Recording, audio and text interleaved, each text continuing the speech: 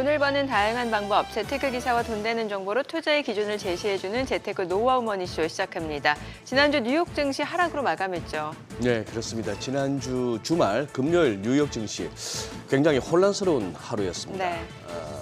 상승세로 출발했으나 고용 지표가 나오면서 또 급락세를 보였고요. 또 사실 급락세를 보일 만한 것이 국채 수익률이 급등을 하고 달러 인덱스도 크게 올랐습니다. 그러나 주식시장만큼은 그 낙폭을 갖다가 크게 줄이면서 소폭 하락 마감했는데요. 자, 시장이 주목하고 있는 고용 보고서의 신규 일자리 수가 큰 폭으로 증가하는 반면에 실업률은 또 4%를 또 기록하는 굉장히 혼란스러운 지표의 흐름이었습니다. 자, 그러면 이제 이번 주 수요일 날 나오게 되는 CPI 더불어서 FOMC 결과까지 또 지켜보셔야 되고, 이번 주는 또 애플의 개발자 회의, 엔비디아의 주식 분할 등 빅테크 기업들의 일정이 여러 또 예정되어 있습니다. 자, 엔비디아는 오늘부터 이제 10분의 1로 분할된 그 가격으로 거래를 시작하는데요. 주가 향방 또 우리 시간으로 내일 11일 세계 개발자 컨퍼런스 개최하는 애플 주가 지켜볼 것이 많은 주간이 됐습니다. 네. 지난주 우리 증시 다시 2,700을 회복했는데 야간 지수 흐름이 좀 불안합니다. 그러게요. 국내 네. 증시 힘겹게 2,700선을 회복하면서 지난주를 마무리했습니다. 그동안 소외됐던 제약바이오라든지 2차 전지주들이 반등에 성공했지만 아직까지는 또 안심하기 이르다라는 평가도 많은 것 같습니다. 이제 빅 이벤트를 앞두고 있는 국내 증시 이번 주에 어떤 흐름을 나타낼지 증시타임에서 확인해 보겠습니다. 수도권 광역 급행철도 GTX가 곳곳에 집값을 밀어올리고 있는데 그동안 크게 주목받지 못했던 지역도 이제는 분위기가 많이 달라졌다고 네, 하죠. 그러네요. GTX 개통 최대 수혜지로 꼽히는 대표적인 도시들은 집값이 5개월 만에 1억이 뛰었고 호가도 부르는 게 값이라고 하는데요. 경매로 접근하면은 30% 정도 저렴하게 낙찰도 가능하다고 하니 꼭 챙겨봐야 될 것 같습니다. 지금 가장 뜨거운 경매 유망지와 투자 전략까지 하원에서 자세히 살펴보겠습니다. 네, 지금 보고 계신 머니쇼 유튜브에서도 라이브로 시청 가능하니까요. 많은 시청 부탁드립니다. 그럼 먼저 빠르게 돌아가는 글로벌 증시 상황부터 정리해 볼까요? 도지은 아나운서 소식 전해주시죠. 굿모닝 마켓입니다.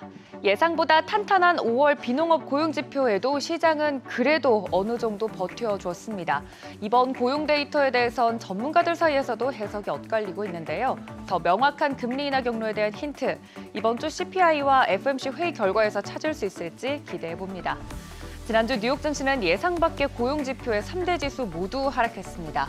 다우 지수가 0.22%, S&P 500은 0.11%, 특히 나스닥 장 초반 하락세를 전부 되돌리면서 약보합권에서 마감이 됐습니다. 하루 안에서도 테크주가 그나마 버텨줬고 원자재 섹터가 크게 하락했는데요. 좀 눈에 띄는 부분은 주간이나 월별 데이터 보더라도 테크주가 굳건히 상승률 1위를 지키고 있다는 점입니다. 시총 상위주들도 흐름 짚어보면 마이크로소프트 0.16% 하락한 반면 세계 개발자 회의 앞두고 있는 애플 1.24% 상승했고요. 엔비디아는 0.09% 약보합권에서 마감했습니다. 알파벳과 아마존도 각각 약세 보였습니다. 6위부터 10위도 보시면 메타가 0.16% 하락했고요. 반면 일라이릴리는 1.52% 상승했습니다. 테슬라는 0.26% 약세 보였습니다. 유럽 중앙은행이 금리 인하를 단행하고 그럼 이제 미국도 곧이라는 기대감은 고용보고서 결과가 나온 뒤 실망감으로 바뀌었습니다. 지난 5월 비농업 부문 고용이 27만 2천 명 증가로 나왔는데 전문가 예상치였던 19만 명을 큰 폭으로 웃돈 수치입니다. 시간당 임금 상승률도 전월 대비 0.4%, 전년 대비로는 4.1% 상승으로 전월치와 예상치를 모두 웃돌았습니다.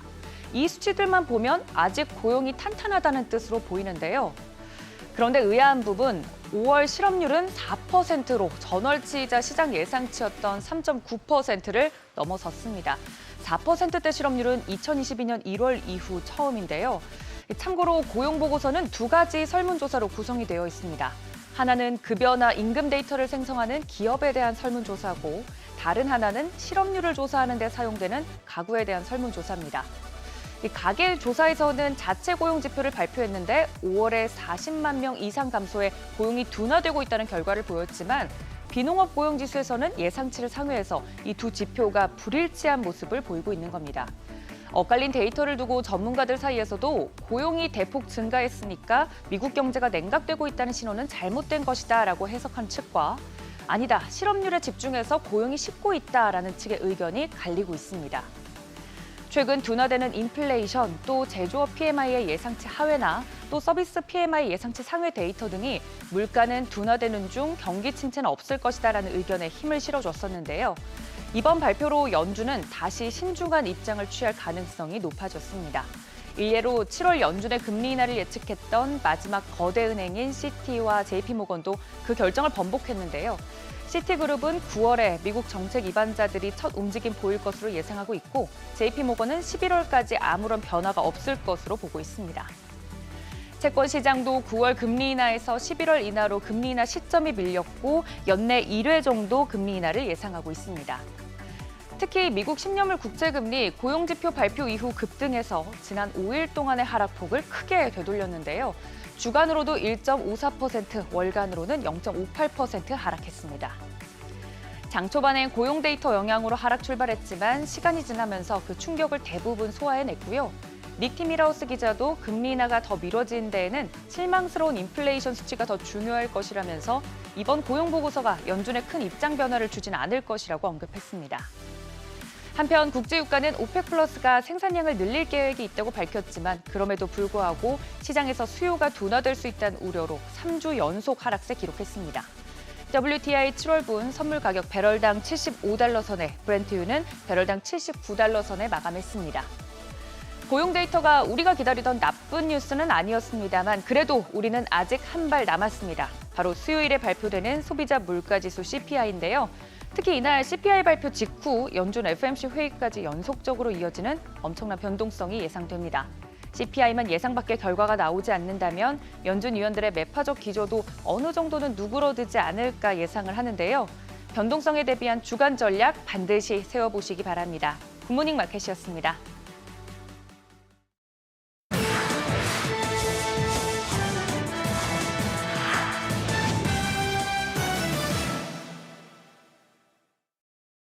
애플의 세계개발자 회의 WWDC가 우리 시간으로 내일 새벽 2시 막을 올립니다. 인공지능 지각생 딱지를 뗄 다양한 카드들이 준비돼 있는데요. 어떤 이야기들이 나올지 미리 한번 들여다보죠. 블룸버그에 따르면 애플은 애플 인텔리전스라는 이름의 새 AI 시스템을 공개할 계획인데요. 아이폰과 아이패드 등 기기 전반에 적용될 예정으로 이미지나 동영상 생성 같은 화려한 기능보다 실용성에 초점을 둔 것으로 전해졌습니다. 예로 회의나 강의 내용을 요약해주거나 이메일 또는 문자 메시지에 자동으로 답변하는 기능, 웹페이지 요약, 생성형 AI를 활용한 맞춤 이모티콘 생성 기능 등이 있습니다. 음성 비서 시리도 거대 언어 모델의 힘을 빌려 한층 더 똑똑해질 전망입니다. 사용자를 대신해 앱 작업을 처리할 수 있게 되는데요. 이메일 삭제나 사진 편집, 뉴스 기사 요약 등을 지시할 수 있습니다. 애플이 본격적으로 AI 스마트폰 작업에 나서면서 삼성과의 경쟁도 한층 치열해질 것으로 보입니다. 지난 1분기 삼성전자는 AI 스마트폰 시장에서 60% 육박한 점유율로 우위를 점하고 있는데 애플도 이를 의식해서인지 준비 중인 차세대 아이폰 시리즈를 한국에 1차 출시하려고 준비 중인 것으로 전해졌습니다. 그간 한국의 경우 대부분 2차 또는 그 이후 출시국으로 분류됐는데 아이폰 16을 필두로 삼성전자와 한국 안방에서 AI폰 맞대결에 나섭니다. 대만 TSMC와 삼성전자, 인텔, 파운드리 빅3의 장비 쟁탈전이 치열합니다. 차세대 파운드리 공정의 필수로 꼽히는 ASML의 차세대 노광 장비 얘기인데요. 비싼 가격에 고개를 가로주었던 TSMC도 맘을 바꾸고 도입 시점을 내년에서 올해 말로 앞당겼습니다. 이를 활용해 내년 완공 예정인 대만 가오슝 공장에서 2나노 반도체 생산에 나설 것이란 관측이 나오는데요. 기술 경쟁에서 우위를 유지하기 위해 과감한 배팅에 나선 모습입니다.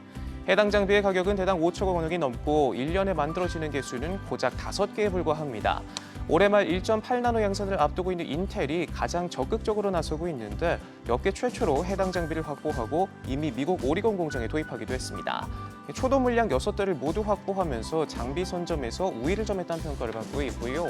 삼성전자의 경우 3년 뒤인 2027년에나 장비를 도입할 것으로 전해졌는데 숨가쁜 반도체 레이스 속 슈퍼을 ASM이라는 퍼즐이 어떤 파장을 불러올지 주목됩니다.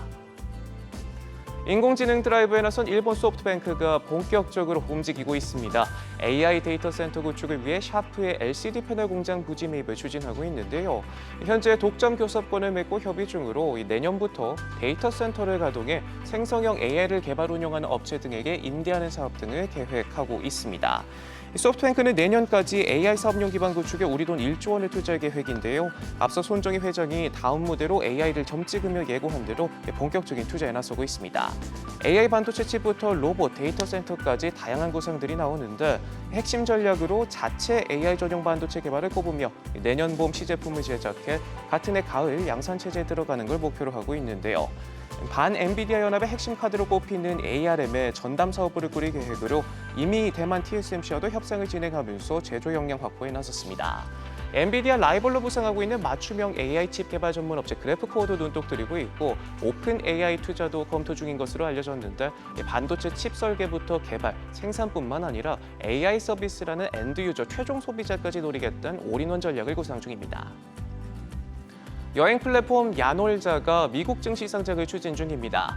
블룸버그에 따르면 다음 달 기업 공개에 나설 예정인데요. 이번 상장을 통해 우리도 5천억 원을 조달하는 것을 목표로 하고 기업 가치는 최대 12조 원에 달할 것으로 내다봤습니다. 현재 야놀자의 최대 주주는 손정희 회장이 이끄는 소프트뱅크의 비전 펀드로 3년 전 약 17억 달러를 투자했습니다.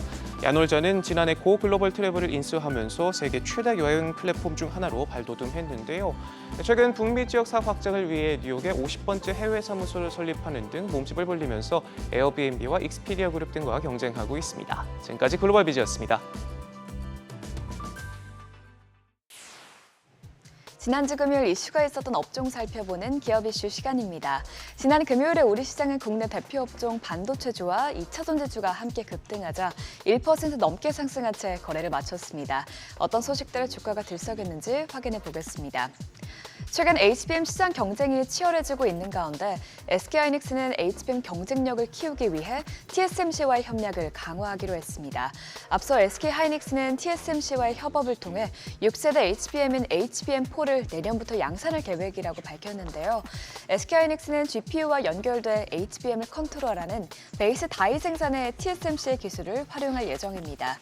그동안 SK는 5세대 HBM까지 베이스 다이를 직접 제작했지만 6세대부터는 베이스 다이에서 더 높은 기술력을 가지고 있는 TSMC의 기술을 사용하는 것입니다. 이를 통해 SK하이닉스는 앞으로 성능과 전력 효율 등 고객사의 요구에 부합하는 맞춤형 HBM을 생산할 것이라고 합니다. 이 같은 소식에 HBM 관련주들이 들썩였고요.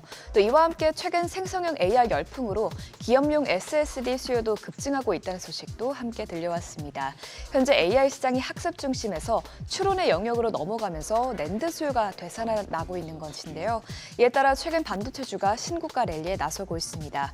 원익 QNC와 PSK홀딩스는 15%대 뛰어 역대 신고가를 경신했고요.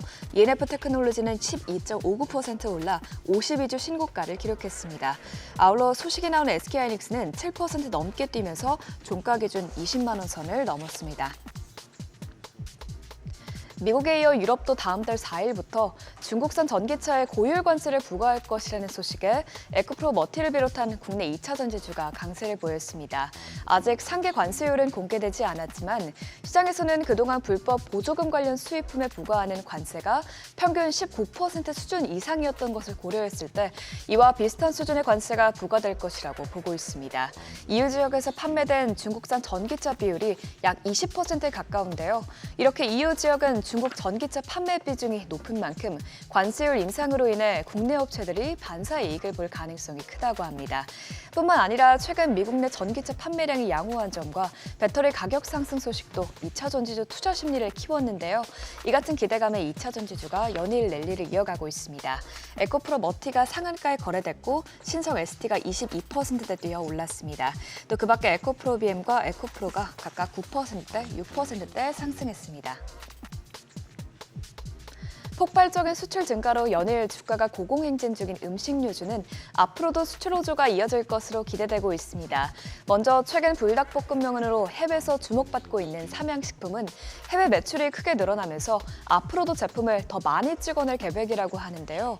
삼양식품은 신설 예정인 밀양 2공장의 생산 라인을 5개에서 6개로 늘린다고 홍시했습니다. 앞으로 2025년 상반기 완공이 목표인 밀양 2공장이 신설되면 삼양식품의 연간 최대 라면 생산량은 기존 18억 개에서 25억 개로 증가할 전망이죠. 또 이런 가운데 냉동 김밥도 새로운 수출 효자로 자리를 잡으면서 수출액이 크게 증가하고 있습니다.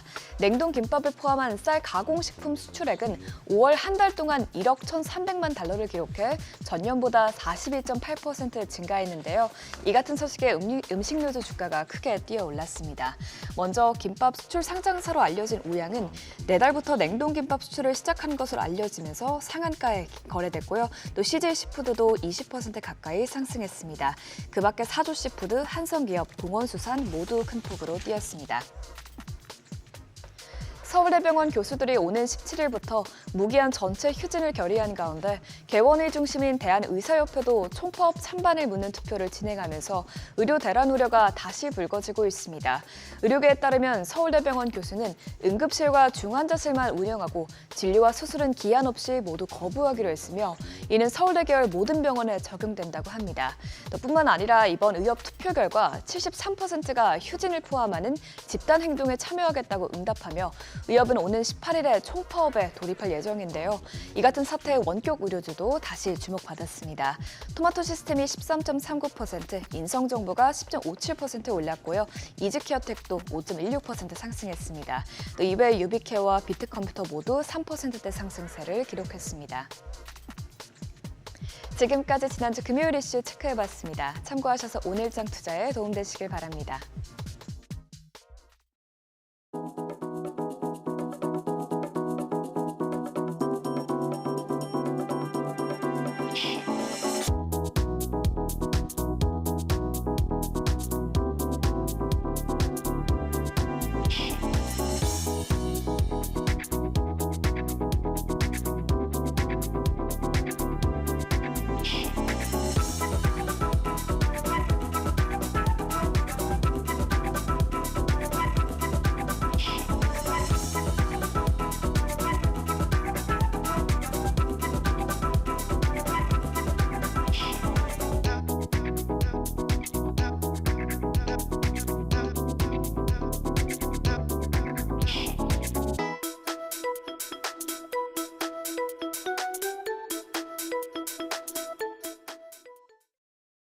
방심할 수 없는 시장입니다. 지난주 마지막 거래일 우리 시장 굉장히 좋았습니다.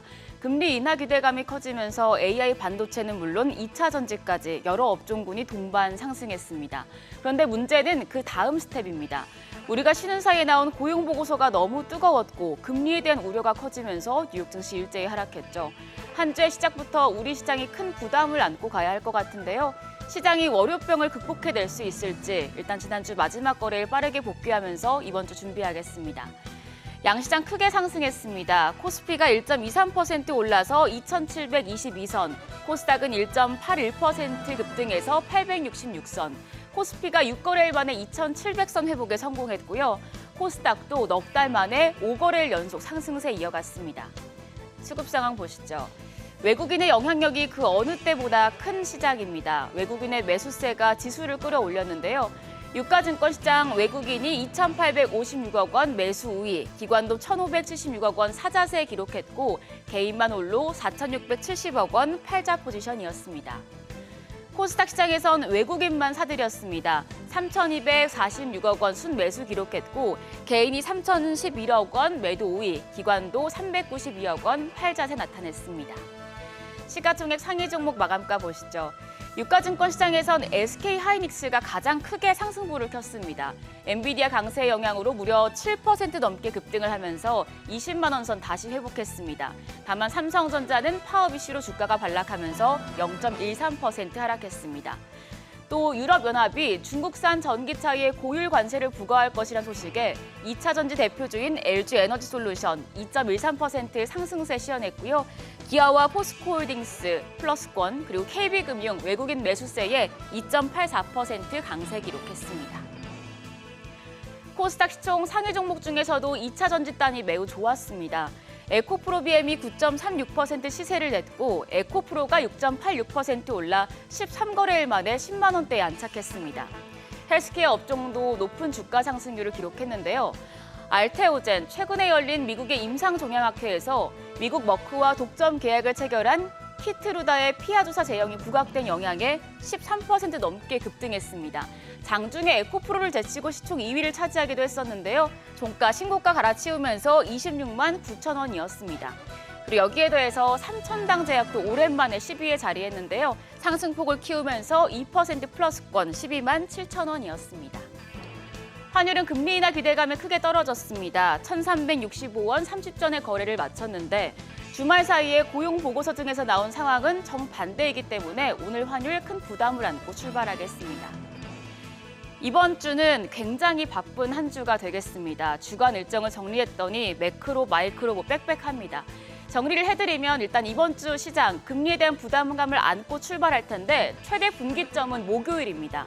FOMC 결과를 확인해 봐야 시장이 방향을 정할 것으로 보입니다. 목요일은 우리나라 선물 옵션 동시 만기일이기도 하고 수요일과 목요일에 삼성전자가 포럼을 열고 AI 반도체 생태계 강화를 위한 삼성전자 파운드리 전략을 공개할 예정이기 때문에 인덱스 차원의 대표주자인 삼성전자는 물론 반도체 단이 어떻게 움직일지도 관건이 되겠습니다. 그리고 더해서 유럽의 루마티스 학회, 유럽의 혈액학회 등 바이오 이벤트도 수요일과 목요일에 개최되니 바이오 업종도 영향을 주겠습니다. 분기점인 목요일 전에는 종목별 차별화 장세가 나타날 수 있는데요. 현지 시간 오늘은 애플의 세계 개발자 회의가 열립니다. 이번에 AI 기능이 포함된 차세대 운영 체제를 공개할 텐데 관련주에 호재가 되겠고요. 방산과 자율주행, 원전주에 영향을 줄 이벤트들도 체크하시죠. 목요일에 큰 산을 넘고 나면 금요일에는 코스피 200과 코스닥 150, KRX 300 정기 변경이 예정돼 있습니다. 코스피 200에서는 이슈 스페셜티 케미칼과 세아 제강지주, LNF, 두산 로보틱스, 한미반도체, 코스모 신소재 이렇게 6개 종목이 편입됩니다. 편입 예정인 종목들은 이미 주가가 많이 올라간 상태인데요. 패시브 자금 유입이 기대가 되지만 또 편입 후에 주가 상승폭을 반납하는 경우가 많으니 변동성에 유의하셔야겠습니다. 개장 전 시간의 거래에서 강했던 종목까지 확인하시죠. 지난주 마지막 거래일에는 야놀자 관련주가 강했습니다. 야놀자가 미국 주식시장 상장을 통해서 4억 달러를 조달하는 것을 목표로 세운 것으로 알려지면서 SBI 인베스트먼트와 IS 이커머스 등이 주목받았습니다. 여기에 대해서 제이시스 메디칼도 급등했죠. 프랑스 투자회사 아키메드 그룹이 뷰티 의료기기 업체인 제이시스 메디칼 지분 72%, 7,200억 원에 대해 공개 매수를 추진한다는 소식 때문이었는데요. 오늘 장에서도 이런 흐름 이어질지 지켜보셔야겠습니다. 우리가 쉬는 사이 나온 소식들이 시장에 워낙 부담이 되는 상황이어서 오늘 이 부분 염두에 두시고 개장 준비하셔야겠습니다. 시장이 월요병을 이겨낼지 지켜보시죠. 지금까지 어제장 오늘장이었습니다.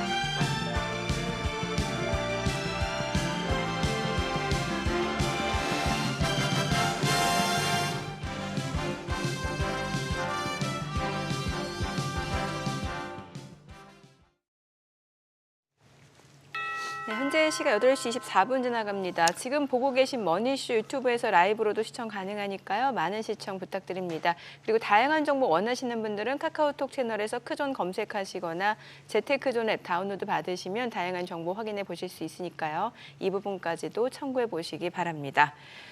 지난주 뉴욕 증시 주말에 나왔던 고용지표 참 사람 헷갈리게 하는 것 같네요. 이거. 예, 어떻게 봐야 될지 오늘 좀 그러니까요. 들어봐야 될 것 같은데요. 네, 오늘 네. 한번 고용지표 어떻게 해석해야 되는지 거기에 대해서 또 증시, 채권시장, 외환시장의 반응이 또 달랐는데 그 부분까지도 한번 짚어봐야 FMC에 대해서도 또 전략이 설 것 같네요. 바로 모셔볼게요. 그러시죠. 네, 오늘 네. 김현준 투자자문 투자부문 대표 송재경 대표님 함께합니다. 어서 오세요. 어서 오세요, 안녕하세요. 대표님. 예, 지금 아마 우리 시청자분들께서도 어느 정도 주말 넘기시면서 파악은 하셨을 겁니다만 제일 큰 이슈는 일단 미국 고용지표가 그렇죠. 좀 이상하다. 해석이 좀 잘 안 된다 하는 거하고 거기에 대해 그러다 보니까 국채 수익률이 그야말로 급등을 하고 네. 달러도 그냥 확 뛰어 올라고 우리 보니까 오늘 1,380원에 시작할 분위기인데 환율이. 네. 아니 근데 주식은 고용지표 이후에 훅 꺼졌다가 플러스로 확 돌았다가 또 거의 개장초 같은 그까지 갔다가 또 낙폭 줄이고 이거 완전 코인처럼 움직이더라고요. 밈 주식이 엄청 그날 또 난리가 났었죠. 게임스탑도 하나 이슈가 있었죠. 네, 맞습니다. 일단 고용지표부터 예, 먼저 예, 말씀을 그러시죠. 드리면 결론부터 말씀드리면 시장이 정말 해석하기 어려운 고용지표 당일날 고용지표가 여러 개가 발표가 됐는데 네네. 네. 그 안에서도 서로 상반된 이야기를 하고 있는 그런 지표들이 나왔기 때문에 말씀 주신 대로 시장은 좀 거기에 대해서 의아해하는 거 네. 그런 게 있었고 원래는 주초에 제가 지난주 일주일 전에 나왔을 때는 ISM 관련된 지표들이 상당히 둔화되는 모습들이 나와서 우려스럽다 말씀을 드려갖고 주초에는 사실은 경기가 둔화되는 거 아니야? 그러다 보니까 금리가 내려가고 그래서 성장주들이 전반적으로 시장을 이끌어가는 그런 모습을 보이다가 네. 말씀 주신 대로 막판에 이제 고용지표 특히 신규 일자리가 결국은 비농업급여 예. 신규 일자리가 예상치를 엄청나게 저희 자료가 나와 있는데요. 거의 2배예요. 예, 맞습니다. 예. 원래 직전치는 16만이고 예상치는 한 18만 했는데 27만이니까 네. 거의 10만 명 이상이 예, 추가로 그러니까, 잡히는 예. 그러니까 신규 고용 말씀 주신 대로 엄청나게 뜨거운 숫자가 나왔고 그러다 보니까 이제 국채 금리가 급등하는 네. 그래서 거의 주초반 수준으로 다시 돌아가는 모습 보였고요. 근데 반면에 이 실업률 아까 지금 실업률은 보통 일자리가 네. 늘어나면 실업률이 떨어져야 되잖아요. 네네. 그런데 실업률도 보시면 또 올랐어요. 이 신기한 일이 벌어진 거죠. 그러니까요. 예, 일자리가 늘어났는데 사람들이 더 많이 고용이 됐는데 실업률이 올라간다. 이런 신기한 일이 벌어졌는데요. 이제 가장 큰 이유는 둘의 조사 대상이 다르다. 그러니까 한 사람한테 이렇게 하면 다중이가 돼버리는 거죠. 네네, 다중. 네. 그렇지 않습니까? 예, 예. 그런데 이게 신규 고용이나 시간당 임금 상승률은 기업한테 물어보는 기업한테 물어보고. 숫자입니다. 그러다 보니까 우리 이만큼 사람들한테 돈 더 줬어. 얘기를 하는 거니까 당연히 저것도 맞는 거고요. 반면에 이제 실업률 쪽을 물어보는 거는 가게한테 물어보는 겁니다. 그러니까 고용을 네. 당하는 사람들한테. 네. 결국은 당신 이번에 일자리 늘었어? 정규직이야? 임시직이야? 이런 것들을 물어보는 것들. 이런 것들이 이제 감안해서 이제 실업률을 계산을 하거든요. 그러니까 결국은 조사 대상이 한쪽은 기업이고 한쪽은 가게이기 때문에 서로 다른 얘기가 충분히 나올 수 있다. 나올 수 있다. 네, 일단 첫 번째로 이제 그렇게 해석을 하셔야 될 것 같고요. 그러면 좀 저걸 어떻게 해석을 하느냐? 네네네. 이제 두 가지로 해석이 있는데 첫 번째로는 이민자가 늘어서 무슨 말이냐면 그 사이에 지금 대부분 늘어나는 거는 고임금 대상이 아니라 저임금 대상 서비스 직종들 그러니까 이번에 많이 든 게 메디칼 케어나 그러니까 소위 이제 몸 불편하신 분들 도와주고 이런 쪽이 많이 늘었거든요. 네. 어쨌든 그런 쪽에 신규 고용이 많이 늘었는데 그런 거는 이민자들이 늘어서 채웠기 때문에 저렇다. 그러면 정작 미국에 있는 기존 사람들은 실업률이 늘 수도 있지 않겠느냐. 그럴 수도 있겠네요. 예, 이제 그게 첫 번째 그런 해석이고요. 그래서 작년에는 진짜 많이 늘어서 이민자가 한 240만까지 늘었다고 그러고요. 올해도 한 200만 정도 신규 이민자가 발생한다고 지금 예측을 하고 있습니다. 지금 대표님 말씀하시는 것은 적법하게 미국으로 이민을 온 사람들을 대상으로 말씀하시는 거죠. 이민자라고 그러니까 숫자가 하시는 것은. 잡히는 거는 당연히 그렇겠죠. 근데 불법까지는 이제 알 수가 없는 요즘 거니까. 이제 미국의 이슈는 뭐 대선에서도 가장 핫 이슈가 인플레보다도 그거라고 지금 알고 있는데 네. 불법 입국자 그거는 이민자가 아니죠. 네네 그렇죠. 네, 저 맞아요. 남부 쪽에 정말 불법 체류자 뭐 이렇게 표현하는. 그렇죠. 지금 활짝 열어놓으니까 바이든 정부에서 막 물밀듯이 들어오는 그쪽은 불법 입국자라고 보면은 이민자라고는 볼 수 없는 거고. 근데 그 사람들도 어딘가 뭐 일을 한다면은 난파함으로는 잡힐 수 있는 거 아니에요. 그럼요. 예. 기업이 기업 거기에 입장에서는 돈을 거기 주니까. 사람을 네네. 갖다 고용해서 썼으니까 잡힐 맞습니다. 수 있는 예. 거고. 네. 미국 사람한테 물어보니 나는 놀고 있어요. 이런 사람이 나올 수가 있고. 예, 이제 이게 그런 또 게- 전수조사가 아니니까 또. 맞습니다. 근데 그래도 기업은 그나마 좀 네네. 전수에 가까운데 반면에 이제 아까 봤던 실업률 대상으로 하는 것들은 가게한테 물어보는데 이렇게도 해석을 하고 있습니다. 뭐냐면 한 명이 여러 가지 잡을 하고 있다. 아하. 예, 투잡, 쓰리잡. 그럴 수도 있네요. 물가가 네, 높아지다 네. 보니까 기존에 한 군데에서 월급 받아갖고는 물가를 못 맞추는 거예요. 새삥풀 구입하기도 다 벅차고 애들 소위 분유값 대기도 어렵다. 예. 그러다 보니까 투잡, 쓰리잡 하다 보면 아까 기업 쪽에서는 많이 잡히는데 네. 실질적으로는 그렇게 안 되는. 그러니까 그렇다 보면 실업률이 늘 수도 있겠죠. 한 명이 여러 개를 하고 있으면 네. 한 명이 여러 개 하고 여러 개 못하는 사람이 더 많아지면 실업률이 늘 수 있잖아요.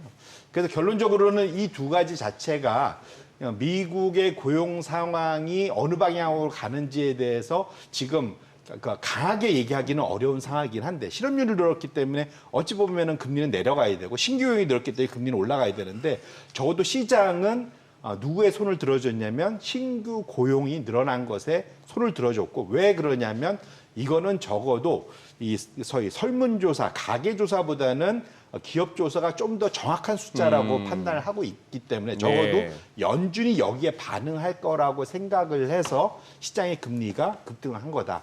이렇게 해석을 해야 될 것 같습니다. 그렇게 설명을 듣고 나니까 뭐 일부에서 아주 용감하게 때로는 조심스럽게 제기하는 뭐 지표가 좀 조작됐다 내지는 뭐 마사지가 됐다 하는 것보다는 지금 송 대표님 설명을 들으니까 충분히 비농업 부문의 고용자 숫자가 느는 반면에 실업률은 또 악화될 수도 있기는 있겠네요. 맞습니다. 근데 사실 통계치 조작을 얘기하기 시작하면 이거는 뭐 이제 모든 게 이제 다 흐트러지기 때문에 그다음 뭐 그다음 이제 얘기가 진전이 안 되는 거죠. 예, 이게 논의 자체가 성립이 안 되기 때문에 거기까지 나가는 건 좀 과하지 않을까. 그거는 이해가 됐는데 네네. 시장 반응이 궁금한 거예요. 네. 그러니 어떻게 보면은 채권 시장에서의 국채 수익률이 급등을 하고 달러가 따라서 강해지는 거는 우리가 통상적으로 지표가 나왔을 때 적극적으로 반응하는 그 시장의 반응 공식대로 따랐어요. 증시도 처음에는 그거 개장하자마자 이미 고용지표 보고 나서 장이 열렸으니까 급락 출발을 했는데 확 그냥 올라가더라 말입니다. 요 어떤 증시의 흐름은 그러면 채권 시장이나 외환 시장과는 달리 어떤 의미가 있다고 봅니까? 뒷부분에 말씀 주셨던 이제 주식시장이 마지막에 끌어올린 것의 해석은 지난주에 우리도 얘기했지만 시장이 상당히 좀 과열 양상은 분명히 있는 거다. 지금 미국 동전주 예. 뭐 제가 예, 말씀드렸지 예. 않습니까? 밈스탁도 일종의 이제 그런 걸로 해석을 해야 될 것 같고요. 결론적으로는 지난 주말 금요일 날 있었던 시장의 주식 시장이 채권 시장이나 환율 시장이 움직인 것에 대해서 정반대의 움직임, 정확한 네. 정반대의 움직임은 제가 보기엔 적어도 현재 시장이 일종의 이제 과열 양상이나 일종의 거품이 좀 커지고 있는 것에 대한 일종의 이제 방증이 나타나는 그런 신호라고 해석을 하는 게 좀 더 맞을 것 같고요. 근데 이것이 얼마나 오래 갈지는 알 수 없습니다.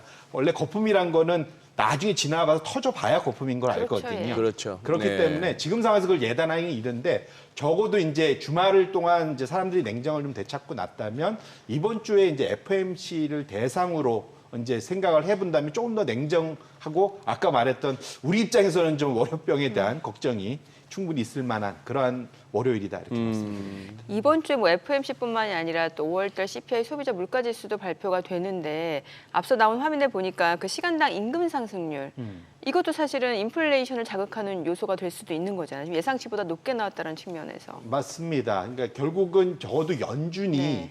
쉽게 움직이기가 되게 어렵다. 그것이 이제 가장 큰 걸 것 같고요. 뭐 그래서 지난주에 그래서 사실은 블룸버그에서 재미있는 서베이를 한번 했습니다. 블룸버그였어요? 예, 블룸버그에서 거기에서 이코노미스트들 저명한 이제 기관에 소속돼 있는 이코노미스트들 한 40여 분 상대로 서베이를 했는데 우리가 지금 궁금한 건 그거잖아요.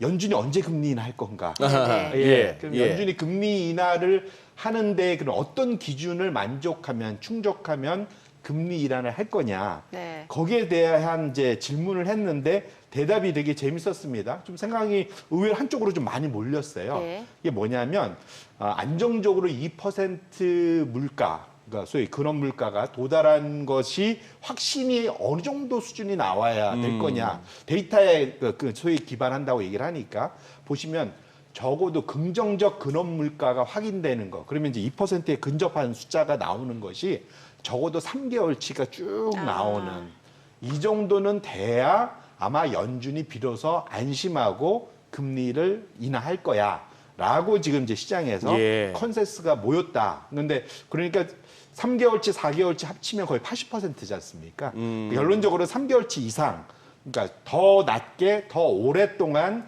물가, 근원 물가가 유지가 돼야만 금리가 인하된다라고 지금 이코노미스트들은 이제 판단을 하고 있다. 좀 냉정을 되찾았다. 네. 보셔야 될 것 같고요. 예. 문제는 아마 이번 주 수요일 날 이제 CPI도 발표가 되고 그걸 가지고 이제 연준이 좋아하는 PC 물가도 이제 환산해서 계산을 할 텐데 네. 어쨌거나 지금 1개월, 3개월 평균의 CPI나 PC 물가를 보면 다 3%대가 넘습니다. 그러니까 11번 차트를 열어봐 주시면 그 표를 열어봐 주시면 PC 등가물이 3개월을 제가 노란색으로 하이라이트를 해놨는데 보시면 헤드라인 물가 3개월 평균 3.8, 근원 물가 3.5, 뭐 주택 제외한 거 3.3, 3.5 다 3% 넘어서잖아요. 그러니까 결국은 이것이 3개월 이게 완전히 1개월치가 연환율로 해갖고 2% 초반까지 와서 3, 4개월치가 꾸준히 나와야만 연준이 비로소 금리 인하를 할 수 있다고 생각하기 때문에 아마도 제 생각에는 아마 저는 줄기차게 11월 이후가 될 거다. 금리 인하가. 근데 지금은 한때는 뭐 이번 이렇게 보면은 6월이야 7월이야 뭐 늦어도 9월이야 먼저 이런 얘기를 했는데 제 생각엔 6, 7, 9월 이게 얼마 안 남았잖아요. 3, 예. 4개월치 확인하는 데만도 시간이 좀 걸리는 상황이고 저렇게 빨리 내려갈 가능성도 그렇게 높아 보이지는 않기 때문에 결론적으로는 마음 편하게 연내는 금리 인하가 있어봐야 한 번 정도 아니면 없을 수도 있다라는 마음 편한 자세로 임하는 것이 맞지 않을까 싶고 FOMC 이번에 발표되는 SEP 경제 전망 요약에서 두 번째 점도표가 나올 거지 않습니까? 네. 점도표가 좀 많이 줄어들 것 같아요. 예. 그렇게 보면 연내 금리 인하 가능성에 대해서는 미리 너무 큰 기대를 하시면 안 되겠다라고 말씀을 드립니다. 지금 뭐 대표님 말씀하셨다시피 이달 FOMC가 1년에 4번 있는 3, 6, 9, 12월 중에 6월 달이다 보니 말씀하신 대로 뭐 인플레 지표, 실업률 지표 이런 거 다 바뀔 거고 점도표 나올 거고 이런 식이다 보니 여느 때보다 조금 더 중요해졌는데 그 중에서도 뭘 주목하세요? 대표님? 결론적으로는 뭐 점도표를 보신다. 봐야 될 것 같고 또 사실 제가 보는 건 연준이 장기로 보는 현재의 그런 소위 금리 수준 중립금리라고 예, 하는 제일 중립금리라는 오른쪽 거. 끝에 나오는 그것이 얼마나 혹시 올라갈 거냐. 만약에 올라간다면 연내 금리는 아예 없어지는 거다라고 보셔야 될 것 같습니다. 와, 저희가 방송을 통해서 이제 그 전문가분들, 패널분들 모셔가지고 얘기를 들어보면 지금 뷰가 굉장히 다양하고 예, 좀 엇갈리는 예. 부분이 있잖아요. 그래서 저희도 좀 주목이 되는데 이번 주에 또 출연자분들 저희가 좀 조사를 해서 예. 과연 어떤 뷰를 갖고 계시는지 또 저희가 이번 주 중에 한번 좀 얘기를 해보도록 하겠습니다. 지난주 저희 금요일 날 네. 이 시간에 나왔던 대신정권 문남중 의원은 과감하게 빠르면 6월부터 당장 빠르면 6월 금리 인하할 금리 인하 수 있다라는 가능성 걸 해가지고 주셨거든요. 아마 저희가 금요일 고용 지표를 못 보고 아마 대답하신 그렇긴 거지 해요. 않을까. 맞아요. 지금은 아마 또 생각이 좀 그러실 바뀌지 수가 않았을까. 맞아요. 그러실 수가 있겠어요. 네. 또 생각이라는 건 또 지표에 따라서 탄력적으로 바뀔 수 있어야 되니까. 연준도 데이터 드리븐 하는데 맞아요. 당연히 저희들 같은 맞습니다. 법인들이야 네. 데이터 드리븐 해야죠. 네. 지난주 글로벌 증시 상황을 좀 리뷰해보면 좋을 것 같은데 뭐 엔비디아가 워낙 지금 날아가다 보니까 주요 기술주들 좀 비중이 높은 국가들 위주로 좀 흐름이 좋았던 것 같거든요. 맞습니다. 다행스럽게 5월에는 우리가 소외됐었는데 네. 세린메이에 한국만 유일하게 소속돼 있었는데 다행히 우리나라가 다시 복귀를 했다. 이렇게 다행스럽게 생각하는데 지난주는 성적표 좋으네요. 지난주 아주 좋았습니다. 네. 그래서 1등은 대만, 네. 2등이 우리나라, 한국, 예. 3등이 나스닥 100이었습니다. 결론적으로 S&P 500은 생각보다 저 중간 정도밖에 못 가 있고요. 결론적으로는 엔비디아가 이끈 글로벌 증시, 엔비디아가 가른, 그러니까 어디는 좋고 어디는 나쁜 거에 가른 것이 결국은 엔비디아였다 예. 봐야 될 것 같고요. S&P 500이 생각보다 저렇게 안 좋았던 거는 뭐 잘 아시겠지만 그 경기 연초에 그러니까 주초에 있었던 ISM 지표들이 안 좋으면서 경기 민감형인 유틸리티, 에너지, 소재 등이 성과가 되게 안 좋았어요, 지난주에. 그러다 보니까 전체 지수를 좀 기술주가 끌어올렸음에도 불구하고 전체가 덜 올라갔다 보셔야 될 것 같고요. 우리나라는 잘 아시지만 대장주인 삼성전자가 기대감 때문에 올라갔고 한 4%대 지난 한 주간. 그다음에 당연히 엔비디아의 최대 수혜인 SK 하이닉스가 8% 중반까지 올라가면서 전체 지수를 견인했다 보셔야 될 것 같은데 걱정은 M7 내에서 빅테크 내에서도 또 이게 온도차가 좀 심하다라는 거지. 결론적으로는 엔비디아 말고는 나머지가 변번에게 이렇게 크게 자기가 나 이거 잘했어라고 얘기할 만한 회사들이 별로 없습니다. 보시면은 지수를 엄청나게 견인했다 할 만한 회사들이 별로 없거든요. 지금. 예. 결국 엔비디아 혼자 지금 이걸 다 하고 있기 때문에 거꾸로 말하면은 엔비디아만 들고 있으면 다행인데 엔비디아에 조금이라도 뭔가 변화, 움직임이 안 좋아지거나 이러면 지수 전체에도 좀 악영향을 미칠 수 있어서 이 상황, 집중도가 너무 한 종목에 지금 집중된다는 측면 자체는 시장에 뭐 기대 반 걱정 반을 만들게 하는 그런 상황이다 이렇게 말씀드립니다. 예. 이상하게 중국 증시는 지난주에 또 보니까 저 밑으로 처지네요. 홍콩은 괜찮은 것 같은데 그거하고 아까 표에 보니까 우리 대표님께서 우리나라는 코스피만 하셨는데 네. 코스닥도 보니까 지금 보니 성적은 좋으네요. 나스닥보다 더 올랐네요. 상승률이. 원래 우리나라 또 그 레버리지가 코스닥은 변동성이 예. 올라도 화끈하게 올라가고 빠질 때 화끈하게 빠지는 그러니까. 예, 그런 짓을 하고 있을 것 같습니다. 이번 주에 또 그 애플 그 개발자 컨퍼런스 있잖아요. 여기에서 뭔가 좀 새로운 AI 시스템 공개한다고 하는데 최근에 보면 엔비디아가 시총 3조 달러를 돌파하면서 애플하고 지금 2, 3위를 치열하게 다투고 있는 상황이잖아요. 네네. 또 애플 주가 향방도 좀 궁금해지긴 하네요. 맞습니다. 그래서 지난 한 주간 동안 또 화두가 됐던 게 일단은 말씀 주신 대로 애플의 전략이 기존 빅테크들하고 좀 다릅니다. 아까 봤던 메타, 아마존, 마이크로소프트, 대표적으로 구글 요 네 군데가 엔비디아로부터 어마어마한 요 네 군데가 합친 올해 캐펙스가 2천억 달러거든요. 어마어마한 숫자죠. 전부 다 엔비디아 칩 쓸 거 아니에요. 그렇죠. 예, 예. 대부분 다 그쪽으로 예, 가 있어. 예. 근데 애플만은 좀 독자적인 행보를 좀 보이고 있거든요. 예. 그렇기 때문에 애플의 전략이 만에 하나 혹시라도 의미 있게 오늘 저도 이제 되게 중요시 보는데 네. 나오면 엔비디아의 고객 쪽에 지금 나머지 4개 회사가 목숨 걸고 경쟁 GPU 예. 사다가 경쟁하고 있는데 이거 우리가 이렇게 안 하고 애플 같이 해야 되는 거 아니냐라고 생각을 하게 되느냐 여부가 저는 오히려 오늘의 포인트의 관건이다 보셔야 될 것 같고요. 그다음에 결국은 애플이 하는 게 이제 온 디바이스 쪽이지 않습니까? 예. 그래서 기존에는 대형의 소위 라지 랭귀지 모델이라는 그런 그 큰 소위 돈 많이 들어가는 비싼 예. 그런 투자가 생각보다 좀 덜 들어가고 효율성을 중시하고 이런 쪽으로 조금은 그러니까 구분되는 모델로 내려가는 좀 분산되는 이런 형태로 가느냐에 어쨌든 좀 시금석이 되는 그런 오늘이 될 수 있지 않을까 싶어서 저도 개인적으로는 상당히 애플의 이러한 오늘 미국 시간으로 10시인가부터 아마 공개가 되는데 컨퍼런스가 한번 특히 엔비디아 투자자들 우리나라에 지금 많으시니까 꼭 한번 보셔야 되지 않을까 이렇게 말씀드립니다. 네, 우리 시간으로는 새벽 2시에 개막이 되고 아이고 좀 늦네요.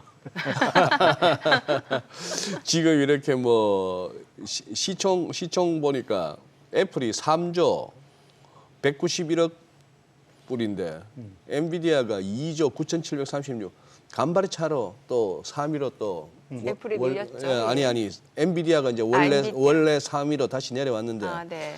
애플 입장에서 2등 뺏기는 거는 좀 그렇겠어요. 예, 근데 또 원래는 2, 3등이 원래 주가는 더 좋습니다. 수익률이 1등을 들고 가는 게 제일 안 좋은 전략이거든요. 그럼 마이크로소프트? 지금은 상황은 그런 거죠. 어. 근데 이게 이제 저도 이제 최근에 지금 데이터를 찾아보고 있는데 재밌는 게 과거에 약간 마이크로소프트의 저주 같은 게 있어요. 네. 뭐냐면 마이크로소프트가 1등 할 때 마이크로소프트를 제끼고 나면 그다음부터 주가가 되게 안 좋아지더라고요. 아, 다른 기업이 마이크로소프트를 마이크로소프트. 제끼면 예. 근데 이제 보통 그게 더군다나 B2B 기업이면 대표적으로 2000년도에 3월인가 4월에 시스코가 아, 시총으로 하루 딱 마이크로소프트를 제낀 날이 있거든요. 그래요? 예, 예. 그러고 아마 사실은 주가가 상당히 좀 어려워졌었습니다. 근데 그때도 시스코가 뭘 잘못한 거 아니에요. 자기 원래대로 잘했는데. 시스코 잘못한 게 없고. 예, 시스코 잘못한 게 환경이 바뀌었습니다. 그때. 뭐냐면 고객들이 마음이 바뀌었고 예. 새로운 대체 기술들이 나왔고 예. 그러다 보니까 엄청나게 고성장하다가 그다음부터 성장이 좀 둔화됐었거든요. 예. 결론적으로 그래서 제가 이제 애플에 집중하는 이유가 엔비디아의 향후 성장 전략에 고객들의 마음이 바뀔 수 있을 만큼 전략이 바뀔 거냐를 꼭 보실 필요가 있다는 거고 사실 엔비디아 엄밀한 B2B 기업입니다. 예, 예. 대형사들을 상대로 하고 한 명도 마음 바꾸면 언제든지 이게 매출 꺾일 수 있는데 네. 우리가 보고 있는 상위 기업들은 다 B2C 기업이에요. 고객들 어마어마하게 많이 있잖아요. 마이크로소프트 그렇고 다 쓰시지 않습니까? 애플, 아이폰 다 쓰시고 뭐 이런 식으로 대부분의 아마존, 아마존, 뭐 메타. 구글, 뭐 예. 메타 다 이게 B2C 기업들이거든요. 예. 이들은 상대적으로 매출이 안정적이지 않습니까? 네. 그런 면에서는 성장도 빠르지만 몇 명의 대형 고객이 마음을 뒤바뀌었을 때 하락도 빠를 수 있다는 측면에서 B2B 기업이 만에 하나 전 세계 시가총액 1위가 간다면 얼마 안 남았거든요, 사실은. 네네. 그런 것들도 한번 좀 관심 있게 보실 포인트가 되지 않을까 이렇게 말씀드립니다. 송 대표님 저 개인적으로 엔비디아라는 기업에 이렇게 주목하신 게 언제부터입니까?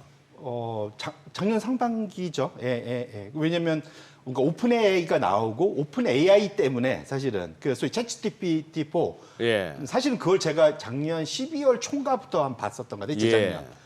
깜짝 놀랐거든요, 저도. 거기 예. 바로 이제 무료로 가입되니까 들어가서 해보고 했었는데 이 정도까지 성과가 나올지는 저도 뭐 사실은 그다음 이제 주목받은 게 사실 엔비디아니까요. 하다 보니까 오픈 AI가 제일 많이 사들이는 게 GPU 방식으로 하는 그러나 엔비디아의 칩이 필요하다는 게 그다음 상반기에 나타난 거였기 때문에 그것은 다 그러니까 결국은 대표적인 포인트는 엔비디아보다는 오픈 AI가 챗GPT를 출시했을 때다. 이렇게 보셔야 될 것 같습니다. 뭐 어지간하면 상승 이렇게 차트상으로 보이는 저점에서 고점까지의 그걸 갖다가 다 수익을 다 누리는 뭐 비중은 그렇게 높지 않을 거고.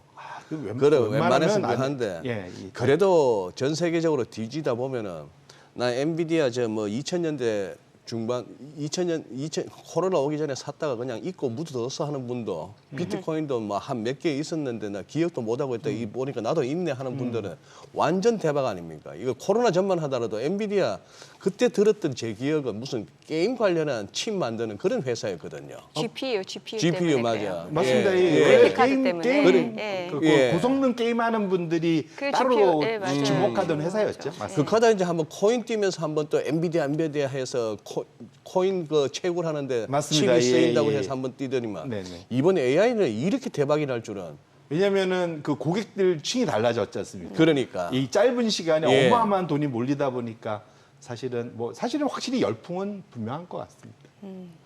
지금 이번 주 사실 이제 뭐 연준 같은 경우 이제 FOMC 그 점도표 나오게 됩니다만 주요국 그 중앙은행들 보면은 지금 양쪽 완화 쪽으로 이제 조금 노선을 튼 네. 것 같은 게 ECB도 그렇고 맞습니다. 뭐 그전에 스위스, 스웨덴 앞서 금리 인하 단행했고 이번엔 캐나다까지도 지금 금리 인하를 했잖아요. 환율에 또 어떤 영향을 줄지도 좀 체크해봐야 될 것 같아요. 맞습니다. 저도 이제 계속 지난주부터 이게 환이 앞으로 큰 예. 움직임이 될 거다 했는데 결론은 결국은 이제 말씀드리신 연준이 키를 갖고 있다 말씀드리고 싶은데 어쨌든 지난주에 보면은 확실히 정치적이나 경제적으로 뭔가 변화가 있던 나라들의 환율의 변동성이 엄청 컸었다. 대표적으로 멕시코 페소가 8%나 급등을 했거든요.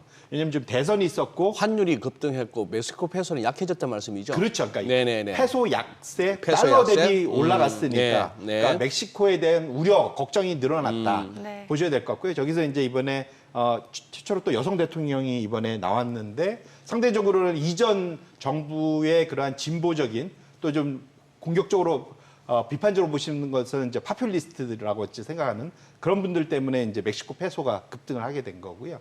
두 번째로는 이제 캐나다 달러라 유로화는 말씀 주신 대로 중앙은행이 이제 G7 중에 최초로 네. 금리 인하를 단행한 데들.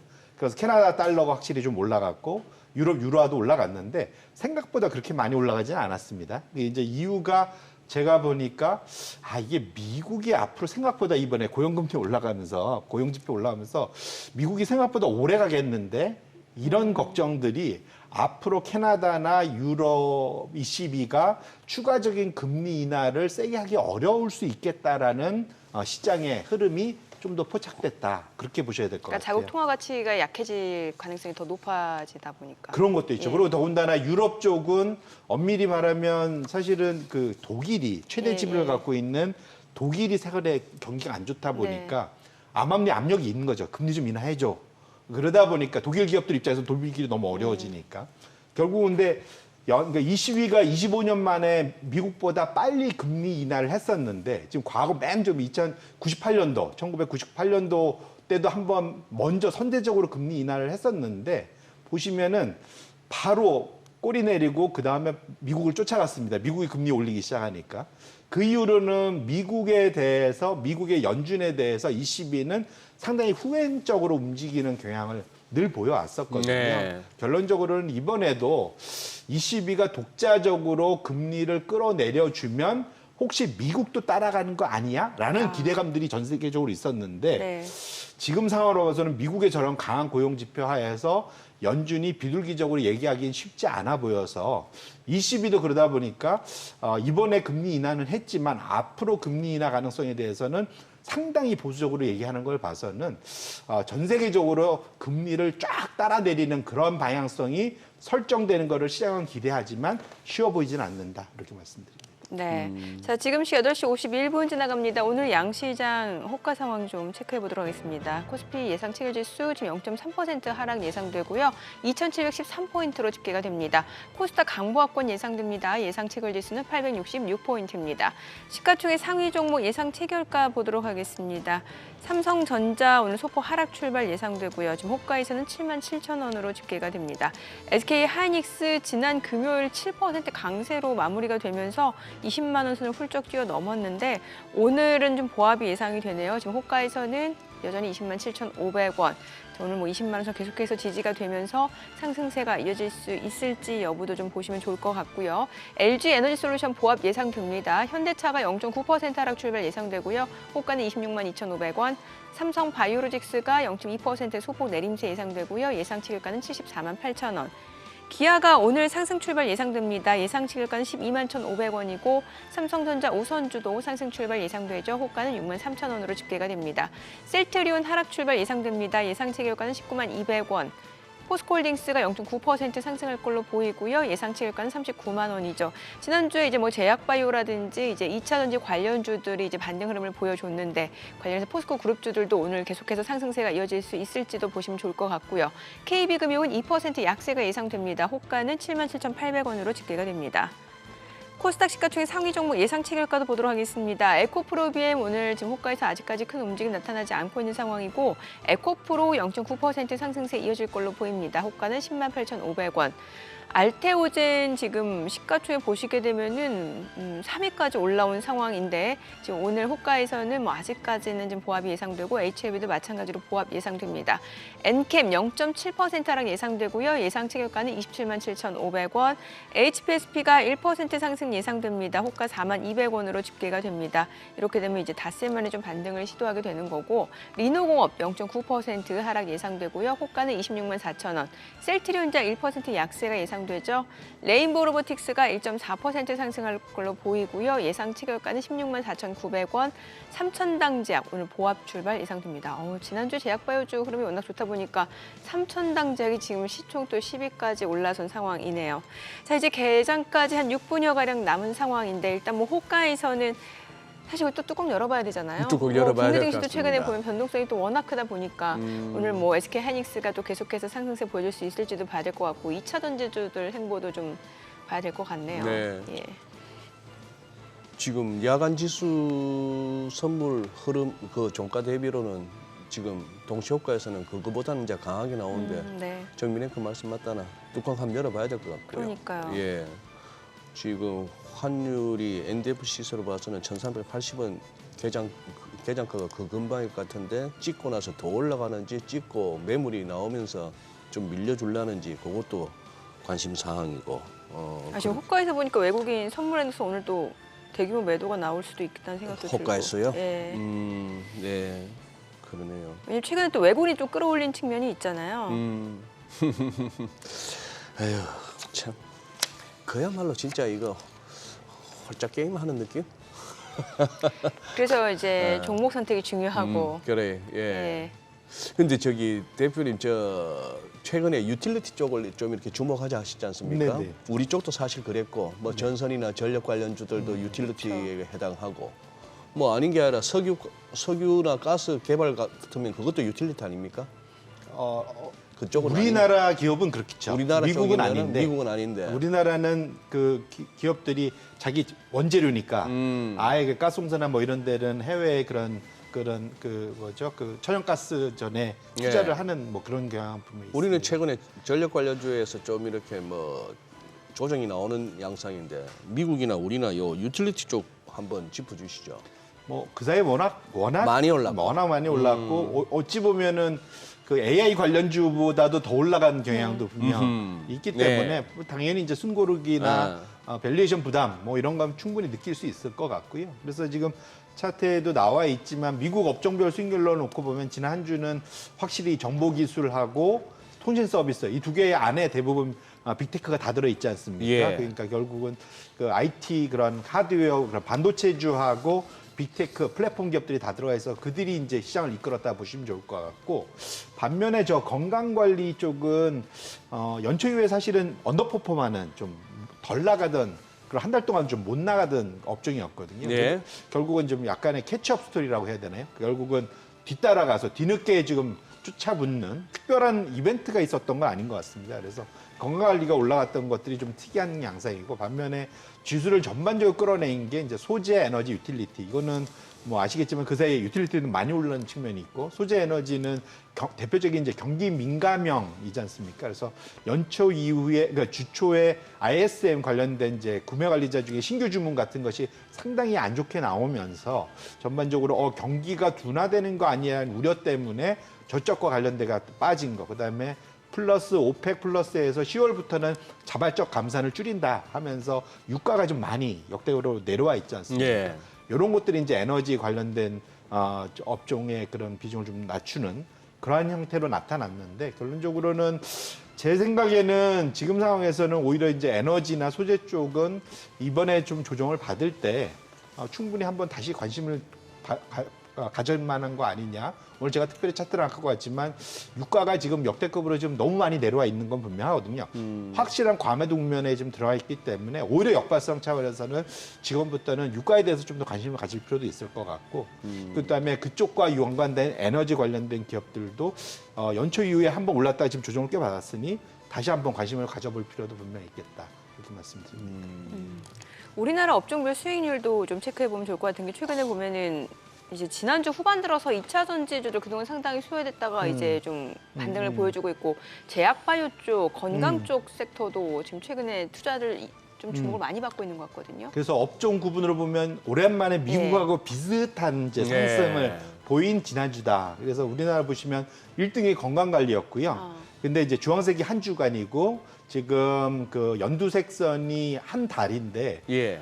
이렇게 6.6%를 한 주나 올랐는데도 한 달이 아직도 마이너스예요. 마이너스 네. 3.3%. 그러면 엄청 많이 빠져 있다는 그동안 거죠. 많이 빠져 있었다는 얘기네. 그렇죠. 네, 많이 빠졌다가 네, 지금 이제 네. 이게 끌어올려지고 있는 거고요. 말씀 주신 대로 소재 쪽도 저기와 관련된 2차 전지나 태양광이나 뭐 이런 기업들이 많이 들어가 있어서 그들이 좀 상당히 리커버하고 있는 거고 IT 쪽도 이제 반도체 뭐 대표적으로 삼성전자, SK하이닉스가 끌어올리면서 전반적으로 이제 지수대를 끌어올리는 그리고 유틸리티 쪽은 이제 한가스공사나 뭐 이런 데들이 이제 끌어올린 건데 그 가스주들이 말씀 주신 대로 2차 전지는 그 결론적으로는 워낙 주가가 좀 많이 빠져서 반등에 대한 그러한 뭐 기술적 반등 출빈이 있고 거기에 이제 불을 지핀 게 유럽이 그 전부터 이제 EU가 사실은 그 중국의 전기차에 대한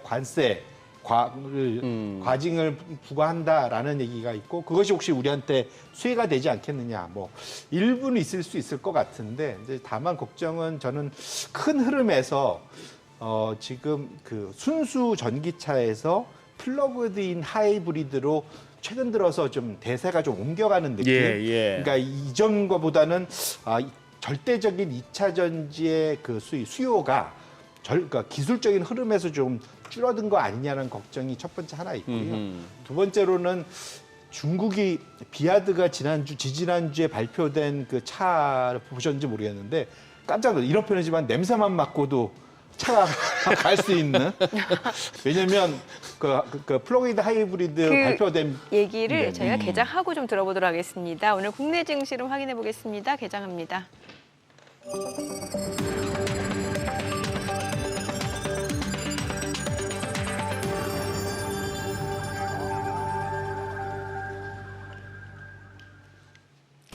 네, 6월 10일 월요일 국내 증시 개장했습니다. 주말에 나온 미국 고용 지표, 비농업 부문 신규 취업자 수가 많이 증가했습니다. 예상치를 훨씬 웃도는 수치였어요. 그만큼 고용 시장이 탄탄하다라는 걸 증명하는 거고, 이거는 또 역으로 미 연준 입장에서는 금리 인하를 단행하기가 쉽지 않은 지표로 해석이 됐습니다. 미국 10년물 국채 수익률이 급등하는 모습이었고, 반면 주식 시장은 또 크게 그 영향을 받지 않는 상황이었던 것 같습니다. 이번 주가 굉장히 중요한 한 주가 될 것 같아요. 이제 FOMC 점도표가 나오게 되고 또 월 소비자 물가 지수까지 발표가 됩니다.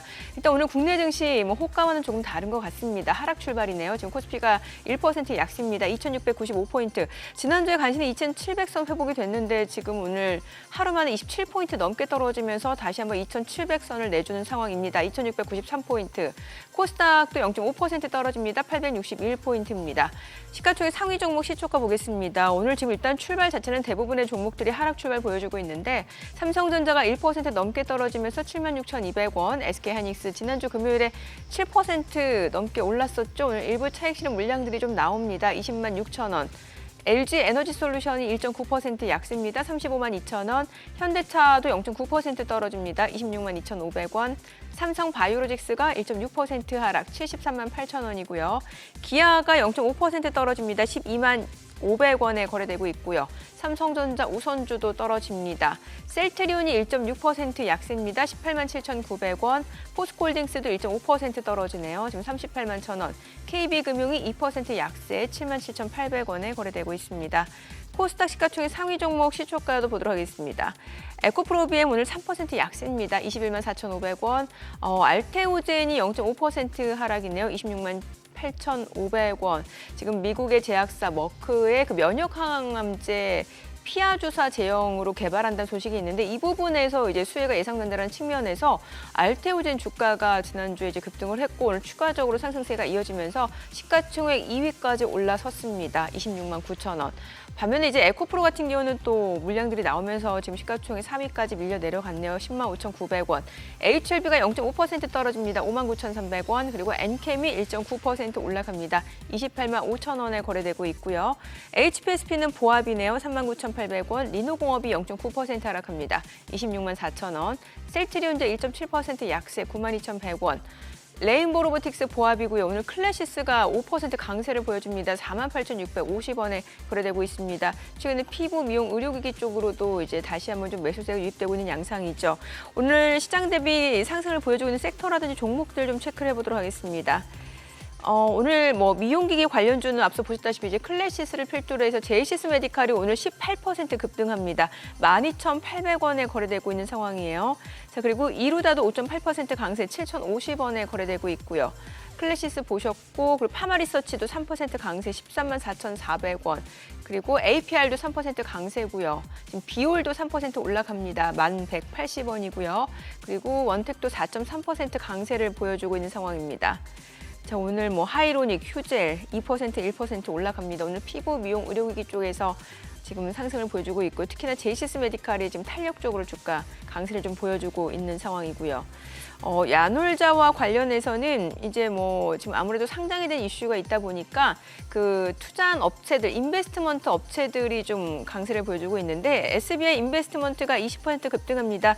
1,128원에 거래되고 있고요. 그리고 아주 IB 투자도 11% 급등합니다. 3,560원. 그리고 IS 이커머스가 지금 상한가네요. 그리고 그레디언트도 5% 강세 17,180원에 거래되고 있습니다. 이제 집을 투자한 그런 관련 업체들 기업들 주가가 좀 강세를 보여주고 있는 상황이고요. 오늘 원전 관련주들도 올라갑니다. 지금 두산 에너빌리티가 1.6% 상승 중입니다. 19,500원. 그리고 우리기술도 1% 강세입니다. 2,585원. 오르비텍도 1.2% 올라가고요. 우진도 지금 1% 상승합니다. 9,300원. 지금 보게 되면 이제 우리기술, 한전기술도 상승세고 BHI 3.6% 강세, 보성파워텍도 1.8% 올라갑니다. 자, 그리고 지금 이제 그 비대면 진료, 유헬스케어 쪽도 올라갑니다. 보게 되면 이제 인성정보가 3.8% 강세, 2,820원. 케어랩스도 1.9% 올라갑니다. 4,000원이고요. 뷰웍스도 1.9% 상승 중이고, 나노엔텍도 지금 상승 중이고요. 지금 보시게 되면 유비케어, 비트컴퓨터 상승 중이고 비대면 의료 관련주 내에서도 지금 종목별로는 좀 희비가 엇갈리고 있는 것으로 보시면 될 것 같아요. 오늘 피팅 밸브 업체에 올라가는데 디케이락이 10% 넘게 올라가고 태광 성광밴드, 사실 태광 성광밴드 같은 경우 이제 조선 기자재 쪽 피팅 쪽이죠. 2% 상승 보여주고 있고요. 화성밸브, 하이로코리아도 지금 상승 보여주고 있습니다. 지금 시각 9시 5분 지나갑니다. 전반적으로는 시장 자체에 그렇게 상승 에너지가 크지는 않은 것 같습니다. 자, 수급성 좀 체크해 보도록 할게요. 오늘 유가증권 시장에서는 지금 개인이 순매수를 보여줍니다. 1,885억 원 매수 우위고 외국인과 기관은 각각 664억 원, 1,226억 원 순매도고요. 코스닥 쪽에서는 개인과 기관이 삽니다. 각각 259억 원, 228억 원 순매수, 외국인은 467억 원 매도 우위. 와, 오늘 외국인 선물에서 많이 파네요. 지금 6,313계약. 외국인 선물 시장에서 매도를 나타내고 있습니다. 지금 시각 9시 6분 지나갑니다. 오늘 서울 외환시장 개장 상황 보도록 하겠습니다. 달러 환율 급등하네. 오늘 14원 20전 상승한 1,370원 50전에 개장이 됐습니다. 환율 이렇게 올라가네요. 그러네요. 예, 그냥 NDF 시세를 그대로 반영해 버리네요. 뭐 달러 인덱스가 많이 뛰었고 미 10년물, 2년물 할 것 없이 뭐 13bp씩 뭐 이렇게 올랐다는 거는 고용 지표 같은 걸 거의 뭐 송 대표님 같은 이코노미스트 분들이 이제 지표 얘기하고 FMC 같은 이런 이벤트를 갖다 이렇게 주목하자 하시는 게 또 종목 얘기하시는 분들은 그런 얘기 안 하시잖아요. 그런데 또 이제 이쪽 얘기하시는 분들은 그렇게 얘기하는 게 할 수밖에 없는 게 시장이 영향을 받아요, 확실히. 그렇죠. 예, 이게 또 변곡점이 돼버렸네요. 큰 그림에서는 예, 매크로 변수가 영향을 안 줄 수가 없습니다. 네. 왜냐하면 이게 다 수요에 영향을 미치기에 그렇고요. 지금 환도 말씀 주셨지만 지난 한 주간 예. 제가 그 차트 4번을 갖고 왔는데 예. 미국하고 독일의 금리하고 우리나라의 금리, 시장 예. 금리, 10년물 예. 금리가 달리 움직였거든요. 근데 당연히 한국이 마감하고 근데 유럽이 열리고 미국이 열렸지 않습니까? 예. 그러다 보니까 마지막으로 한국은 지금 보면 금리가 내내 빠져서 끝났고 예. 그다음에 금요일 날 밤에 유럽과 그러니까 독일과 미국의 10년물 금리가 급등해서 주초 수준으로 되돌아가서 그냥 끝나버렸거든요. 예. 그러면 특별한 경우 아마 오늘 우리나라 금리도 따라서 올라갈 거고 결국은 지금 그 격차만큼 환이 튄 거다, 사실은. 예. 그렇게 해석을 해야 되기 때문에 어찌 보면 당연한 수순이 아까 말씀드렸던 월요병으로 나타나고 있는 월요병으로. 거다. 이렇게 보셔야 될 것 같습니다. 근데 이게 환율이 이게 이런다고 이게 또 1,400원 올라갈 환율 같지는 않은데 빠지질 않네요. 전반적으로는 그러니까 그 환해된 수준 자체가 네. 이제는 다 많이 올라와 있기 때문에 예. 역으로 말하면 또 우리나라 워낙 그러니까 투자자들 입장에서는 환이 강세가 좋지만 또 이게 그 수출하고 이런 분들 입장에서는 여기서 마냥 또 강세로 가는 것도 그러니까 변동성이 없는 게 제일 좋긴 한데 예. 마냥 강세로 가는 것도 부담이거든요. 왜냐하면 대표적으로 중국이나 그 일본의 환율이 상당히 약세가 있기 때문에 예. 거기에 비하면 우리나라가 좀 강세거든요. 상대적으로는. 그런 측면에서 보면 이것이 지속되는 거는 우리나라 수출 가격이 비싸지는 거기 때문에 예. 그런 측면에서는 이게 마냥 가는 것도 이제 좋은 것만은 아니다 이렇게 말씀을 드립니다. 그러니까 남들 약사로 갈 때 같이 어깨동무하고 같이 가는 거는 문제가 없는 거예요. 맞습니다. 예. 우리만 우리만 강세든지 있으면은 문제가 우리만 있는 거죠. 원화가 유독 강세라든지 유독 약세면은 큰 그거는 문제가 좀, 있는 거죠. 네. 강세는 문제가 없는데 약세는 우리만 약세는 위험하죠. 그렇죠. 우리만 약세. 예, 그건 좀 위험하죠. 예. 네. 그 준비하신 자료에 보면은 그 GDP 나오고 있잖아요. 네네. 이거 왜 이렇게 변동성이 큰 거예요, 요즘에? 이게 그러니까 발표가 됩니다. 어떨 때 일주일에 한 2번도 발표되고요. 이제 소위 이제 GDP 나우가 GDP를 측정하는데 필요한 데이터들이 월별로 발표가 되지 않습니까? 예, 시차를 두고 예. 뭐 소비 지출, 뭐 소매 판매, 뭐 그다음에 ISM, 뭐 기타 등등이 발표되는데 이게 지금 지난주에도 제가 이걸 보여드렸었던 것 같은데 4%대가 그러니까 5월 초중순에는 2, 4분기 미국의 GDP가 4% 성장, 엄청난 성장 생각했다가 지금 지난 주 초에는 1.8까지 반토막이 더 났다가요. 쭉 떨어졌다가. 네, 불과 3일 사이에 3.1까지 지금 또 올라온 상태입니다. 그래서 이번 주는 없고 이제 18일 날 한번 남은 걸로 알고 있거든요. 그래서 그때까지는 큰 변동은 없을 텐데 역으로 말하면 미국의 GDP를 구성하는 경제 지표들의 변동성이 어마어마하다, 지금. 한 방향을 얘기하고 있지 않다라는 측면에서 섣불리 예단해서 한 방향을 갖고 투자했다가는 큰 코 다칠 수 있다라는 어떤 교훈을 얻을 수 있는 차트다 이렇게 말씀을 드립니다. 와, 근데 지금 삼성전자하고 이 SK 하이닉스의 이 괴리는 엄청나네요. 지금 전자는 1.5% 빠지는데 지금 하이닉스는 다시 또 0.7%, 0.8% 이거 21만 원도 가게 넘어서겠는데. 오. 아니 엔비디아가 이제 이번 주부터 당장 그 10분의 1 가격으로 거래가 되잖아요. 주식 분할하죠. 예, 예, 네네. 이건 사실 어떻게 보면은 이제 주주라든지 투자자 입장에서 조금 더 쉽게 접근할 수도 있는 가격으로 인식이 되니까 이게 엔비디아 주가가 더 독주가 이어질 수도 있지 않을까라는 기대감도 있고 이러다 보니까 그 밸류체인 쪽인 뭐 SK 하이닉스라든지 한미반도체 이게 또 좋다라는 얘기 많잖아요. 맞습니다. 예. 그러니까 적어도 엔비디아 입장에서는 지금 딱히 나쁠 만한 뉴스가 없고 이제 거래 유동성 측면에서도 주식 분할이 되면 그 사이 투자 못했던 분들이 또 들어올 수도 이제 있는 훨씬 거고. 접근하기가 좀 부담이 심리적으로. 그렇죠. 그리고 주말 동안 그 핀트윗에서 크게 변했던 건 뭐냐면 우리나라 돈으로 하면 한 100조 이상 되는 그 SPDR 스파이더의 그 소위 섹터 그 ETF, 예. 소위 이제 그러니까 그 정보 기술 쪽에 투자하는 섹터 ETF 안에 엔비디아의 비중이 실질 비중보다 좀 많이 낮거든요. 아. 그것이 이제 이번 분기 단위로 업데이트 될 때 엔비디아는 올라가고 애플이 빠질 거다. 그래서 사실 롱숏 아이디어가 이제 거기서 나오고 있거든요. 예. 그래서 이게 이번에 주식 분할을 기점으로 그러니까 애플이 좀 내려오고 엔비디아가 올라갈 가능성에 대한 그러한 거래 유동성 측면의 그러한 배팅 이런 것도 이번 한 주간은 충분히 일어날 수 있는 그러한 그 타이밍이다 이렇게 말씀을 드립니다. 아, 오늘 국내 증시가 또 이렇게 좀 많이 떨어지고 있는 상황인데 어떨까? 6월 달에는 어떤 전략이 좋은 거예요, 지금? 이게 6월이 이게 FOMC가 또 이제 변곡점이 될 수는 예, 있을 것 예. 같은데요. 결론적으로는 이게 저는 이게 그러니까 기대 반 걱정 반 분명히 있습니다. 예. 왜냐하면 말씀드린 대로 엔비디아가 지금 당장은 쉽게 꺾일 가능성은 없어 보이고 네네. 우상향 가능성이 있는데 문제는 엔비디아가 모든 그런 유동성을 다 빨아들이는 상황이기 때문에 나머지의 변동성들이 오히려 더 커질 수 있다는 측면을 좀 볼 필요가 있을 것 같고요.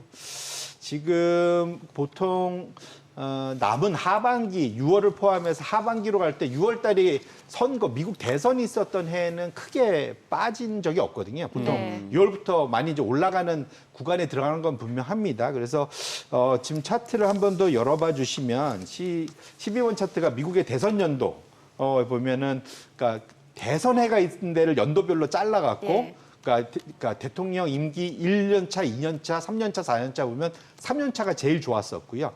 두 번째로가 4년 차가 좋습니다. 그러니까 보통 이때가 주가 상승 확률이 뭐 엄청나게 압도적으로 높죠. 그래서 평균적으로 한 12% 가까이 올라가는데 이미 연초 위에 S&P 500이 12% 지금 넘어섰어요. 네네. 그래서 딱 이미 다 왔다 그런 건 아니고 기본적으로는 상승 확률이 늘 높았었다라는 데 주목할 필요가 있고 그게 왜 그러냐? 돈을 많이 쓴다라는 거죠. 그러네요. 돈을 많이 쓴다. 그래서 확실히 미국이 연도별로 미국의 연방 정부의 지출 전년 대비 증가율을 보면 그러니까 4년 차 때 확실히 돈을 많이 쓴다라는 거를 보실 수 있을 것 같고요.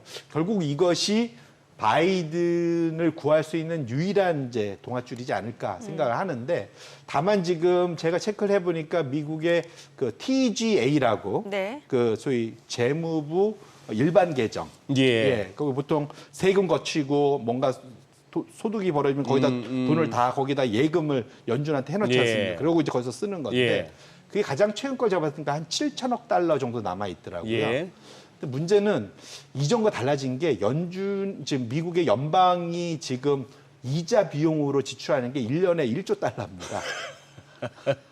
이자로만 나가는 게 1조 달러고 이게 더 늘어날 거거든요. 예. 그러면 분기로만 이렇게 짜게 봐도 엄청나게 예. 돈이 많이 나가잖아요. 예. 그래서 하반기에 7천억 달러의 절반이 이자로 나갈 수가 있어서 이거 추가적으로 소위 채권 발행하지 않으면 쓸 돈이 생각보다는 저 이자 쓰고 다 끝나는 거 아니냐 이런 걱정도 분명 있다 이렇게 말씀을 드립니다. 네. 예. 짧게 혹시 그것도 봐야 됩니까? 지금 보니까 6, 7, 8, 9에서 어제까지 한 나흘 동안 유럽에서는 유럽의회 선거가 있었고 이제 막 개표하고 있는데 네네. 요거 지금 보니까 확실히 지난번보다 이 좌파가 왼쪽이 좀 이렇게 의석을 많이 잃고 우파 쪽이 많이 또 이렇게 약진하네요. 네. 영향을 줄만 할까요, 시장에? 일단은 이게 이제 아까 우리가 2차 전지하고 다 연결이 돼 있는 네네네. 거라고 봐야 될 것 같은데 지금 EU가 지금 EU의 전기차 전체 그 시장 점유율의 20%가 중국 거라는 거지 않습니까? 예.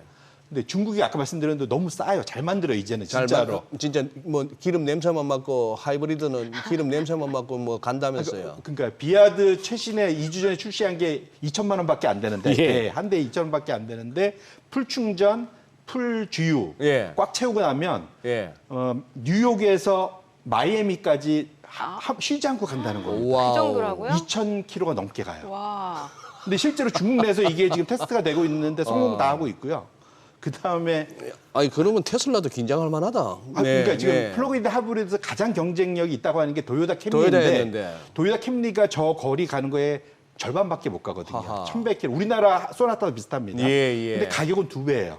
우리 할 때 한 3,800만 원, 4,000만 원 하거든요. 그러니까 지금 비아드가 저도 보고 깜짝 놀란 게 가격은 절반인데 가는 거리는 2배인데 이 정도가 되는 그러니까 엔트리 레벨에서의 그러한 자동차에서 전 세계적으로 과연 경쟁력 있는 데가 있겠냐. 그러다 보니까 미국이나 EU가 긴장하고 저렇게 관세 폭탄이 관세 폭탄을 하는 건데 문제는 미국보다는 EU가 잃을 게 더 많다는 거죠. 왜냐하면 잃을 게 더 많다. 예, EU가 또 중국에 수출을 많이 하거든요. 그러니까요. 대표적으로 만약에 저걸 관세 때려서 전기차 수입을 막으면 독일의 벤츠나 아우디 같은 데 고가형 예. 수출이 안 된다는 거죠. 이제 이런 것들이 엮여 있기 때문에 아마 실제로는 지금 상황에서 우리가 지금 2차 전지에서 EU가 관세 때리면 우리가 수혜 볼까? 이건 너무 단순한 논리고 EU가 앞으로 가는 거 솔직히 조용히 이번에 지금 주말까지 해서 지금 선거 끝났는데 예. 그 결과와 상관없이 조용히 아마 미국의 그 관세와 관련된 협상을 할 거고요. 실제로 나타나는 건 11월 정도부터입니다. 그래서 그 전에 나타나긴 하겠지만 지금 우리가 생각할 게 단순하게 해석을 해서는 안 될 거라는 걸 좀 꼭 연도해 줄 필요가 있겠다 말씀드립니다. 알겠습니다. 네. 네. 오늘 내용 잘 들었습니다. 예, 고맙습니다. 고맙습니다. 고맙습니다. 저희 방송 중에 전해드린 내용과 관련해서 더 다양한 정보 원하시는 분들은 카카오톡 채널에서 크존 검색하시거나 재테크존 앱 다운로드 받으시면 다양한 정보 확인해 보실 수 있으니까요. 참고해 보시기 바랍니다. 최근 외국인 또 어떤 리포트 관심 있게 보는지 확인해 보겠습니다.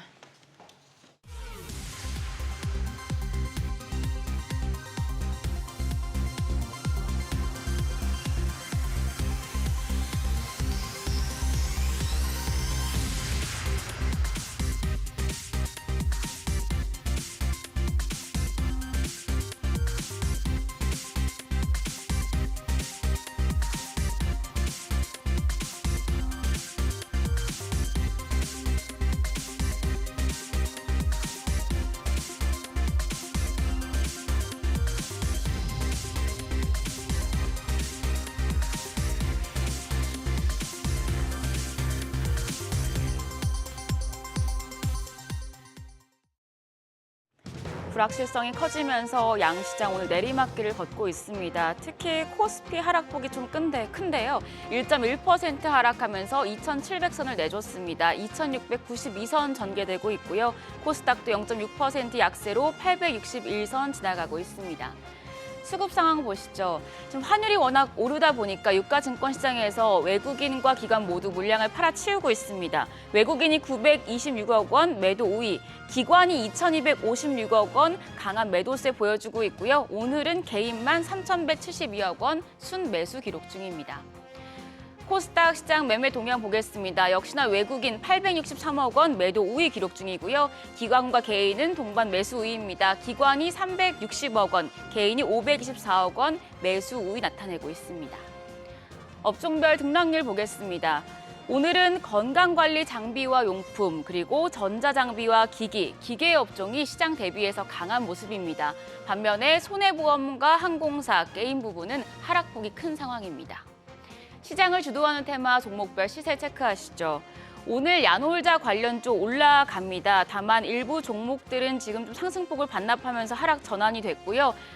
지금 야놀자가 미국 주식시장 상장을 통해서 4억 달러를 도달하는 목표를 세운 것으로 알려지면서 전 거래일에 이어서 일부 관련주들이 오름세를 이어가고 있습니다. 야놀자 관련주에서는 SBI 인베스트먼트가 22.19% 급등하면서 1,140원 선에서 거래되고 있고요. 아주 IB투자 52주 신고가 경신했는데 이 시각 현재 9.12% 강세 흐름 연출됩니다. 3,480원. 그레디언트도 3.43% 올라갑니다. 반면에 하나투자증권 그리고 하나생명은 1% 내외의 약세 흐름 보여주고 있습니다. 미용기기 관련주는 제이시스 메디칼을 필두로 강세 기록 중입니다. 프랑스 사모펀드 운용사인 아키메드가 제이시스 메디칼을 인수한다는 소식이 나온 영향으로 미용기기 관련주가 올라가고 있는데요. 제이시스 메디칼 17.75% 상승하면서 12,670원 선에서 거래가 되고 있고요. 관련주로 분류되는 이루다가 5.56% 강세, APR이 3.85% 올라가면서 33만 6,500원 선 지나가고 있습니다. 클래시스도 오늘 3.78% 강세 흐름 연출 중입니다. 48,050원 선이고요. 원택이 4.7% 올라가면서 7,680원 거래되고 있습니다. 피팅과 밸브 업체들도 상승합니다. 영일만 석유 시추 수혜를 받을 수 있는 종목들에 관심을 받고 있기 때문인데요. 특히 DK락 같은 경우에는 증권사의 긍정적인 리포트가 나오면서 9.38% 상승 중입니다. 11,550원 선에서 거래가 되고 있고 성광밴드가 1.67% 플러스권, 태광도 1% 가까이 올라가고요. 화성밸브가 1.89% 강세로 8,090원 선 지나가고 있습니다. 하이루코리아 0.37% 플러스권입니다. 다음은 고체 산화물 연료전지 SOFC 관련주입니다. 관련주 중에서는 LS 머티리얼즈가 신재생 에너지와 전기차 수혜주로 분류가 되면서 관련주 중에서 가장 탄력적인 모습 보여주고 있는데요. 이 시각 현재 15% 가까이 질주합니다. 39,900원 선 지나가고 있고요. 미코가 5.03% 강세로 16,510원에 전개되고 있습니다. BHI도 오늘 흐름 좋습니다. 7.2% 올라갑니다. 11,290원. 금양 그린파워가 2.06% 오름세로 14,840원이고요. 범한 퓨얼셀도 1.8% 강세 흐름 기록 중입니다. 22,600원에 거래되고 있습니다. 오늘 지수 자체는 좀 많이 약한 분위기고 일부 종목들만 상승 흐름 이어가고 있는데요. 그럼 오늘 장에서 눈여겨볼 업종 어떤 게 있을지 시장 대응 전략까지 알아보겠습니다. 오늘은 크라우드 에셋 김현호 전문가 나오셨습니다. 전문가님 안녕하세요. 그동안 전기차 수요 둔화 그리고 중국산 저가 전기차 공세 등으로 부진을 겪던 2차 전지주가 최근에 반등을 하고 있습니다. 오늘은 좀 일부 관련주를 제외하고는 다소 약한 흐름이긴 하지만 2차 전지주 앞으로 향방 어떻게 보시나요? 네, 일단 지난주부터 그 2차 전지 관련주들이 강한 반등 흐름을 보인 요인으로는 이제 시장 조사 기관이 S&E 리서치에서 올해 1월에서 4월 세계 각국에 등록된 그 친환경차에 탑재된 배터리 사용량이 전년 동기 대비해서 21.8% 증가함에 따라서 이제 계속적으로 있었던 2차 전지 업황 우려가 완화가 되면서 최근 관련주들이 이제 낙폭과대에 따른 이런 반발 매수세가 일제히 유입이 되는 흐름을 보였다고 할 수 있겠는데요. 일단 다음 달부터 유럽 연합이 이제 중국산 전기차 고율 관세를 부과할 것이라는 소식도 전해지고 있는 상황이기 때문에 이제 국내 2차 전지 관련주들의 이런 반사이익 기대감이 낙폭 과대에 따른 이런 저가 매수세는 좀 지속될 수 있는 상황이다라고 볼 수 있겠습니다. 그럼 지금 같은 사이클에서는 어떤 종목에 좀 관심을 가져봐야 될까요? 네, 먼저 금요일 시장에서 이제 에코프로 BM을 비롯해서 2차 전지 관련주들이 일제히 강한 반등 흐름을 보이면서 이제 전구체 생산을 하고 있는 에코프로버티가 이제 상한가를 기록을 하기도 했는데요.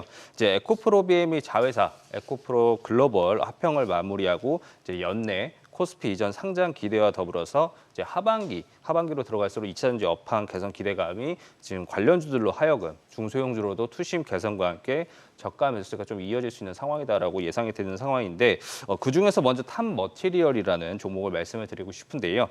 탑머티리얼은 이제 시스템 엔지니어링 사업과 이제 전극 소재 제조 사업을 주요 사업으로 영위를 하고 있고 이제 하반기 2차 전지 업황 개선 기대와 함께 이런 저가 매수세 유입 그리고 내년부터 ESS용 양극재 사업이 좀 본격화됨에 따라서 앞으로 이런 실적 개선 기대감이 주가에 반영될 수 있을 만큼 좀 앞으로의 흐름을 좀 주목할 필요가 있겠고 그 다음으로 좀 말씀드리고 싶은 종목은 솔루스 첨단 소재라는 종목입니다. 그래서 솔루스 첨단 소재는 이제 2차 전지 소재인 동박과 전지박 생산 사업을 주요 사업으로 영위를 하면서 이제 테슬라 사이버 트럭에 전지박을 독점 공급하고 있는 기업으로 이제 중국산 이런 전기차 관세 부과가 이제 따라서 반사의 기대감이 유입될 수 있는 부분이고 또 전지박 수주 잔고 역시 8천억 규모로 하반기 실적 개선과 함께 또 AI 가속 기용 동박 사업 모멘텀도 보유하고 있기 때문에 앞으로의 주가 흐름 좀 주목할 필요가 있겠습니다. 네, 이제 이번 주 첫 거래일입니다. 그런데 시작부터 분위기가 이렇게 좋지 않아요. 오늘장 대응 전략 어떻게 가져가면 좋을까요? 네, 지난주 시장을 좀 먼저 돌이켜 보자면은 이제 경제 지표 둔화와 함께 캐나다 또 ECB 금리 인하 결정으로 글로벌 금리 인하 기대감이 좀 유입이 되는 흐름이 이어지다가 이제 금요일 발표된 미국 5월 고용 보고서에서 비농업 고용 지수가 시장 예상을 큰 폭으로 상회하게 되면서 금리 인하 기대감이 또 다시 한번 재차 사그라드는 이런 지표 결과에 따라 시장의 기대와 우려가 계속적으로 민감한 흐름이 나와주고 있는 상황인데 일단 금주 미국 이제 CPI와 6월 FOMC가 예정이 되어 있습니다. 그래서 일정을 대기하면서 좀 경계감이나 좀 관망 우위 속에서 또 지난주 반등에 따른 되돌림이 나온 정도라고 볼 수 있겠고 이제 업종 및 종목별로는 최근 2차 전지와 같이 이제 낙폭 과대에 따른 저가 매수는 좀 섹터별로 계속 순환될 수 있는 상황이기 때문에 저가 매수 관점으로 종목들 흐름을 살펴가시면 좋겠습니다. 네, 알겠습니다. 오늘 말씀 고맙습니다. 지금까지 업종과 대응 전략 알아봤습니다.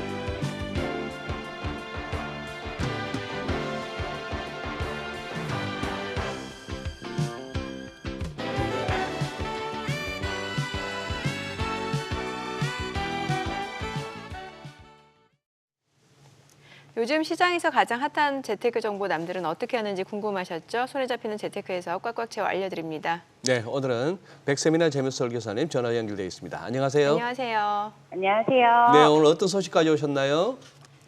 한국은행 금융통화위원회가 올해 하반기에는 기준금리를 내릴 것으로 예상되는 가운데 고금리 예적금 막차를 타려는 수요가 몰리고 있습니다. 은행들도 고금리 예적금 특판 상품을 출시하며 금융 소비자들을 유인하고 있는데요. 오늘은 예적금 상품에 대해 짚어드리도록 하겠습니다. 네, 그동안 시중은행 업계하면 이제 신한, 국민, 하나, 우리, 농협 이 5대 은행이 꽉 잡고 있었는데 그런데 32년 만에 업계 새로운 경쟁자가 나타났다면서요. 네, 그렇습니다. 뒤집이 대구은행이 시중은행으로 전환하면서 사명을 IM뱅크로 바꾸고 새 출발을 알렸는데요. 새 시중은행 등장은 1992년 이후 32년 만이고 지방은행에서 시중은행으로 전환된 첫 사례입니다.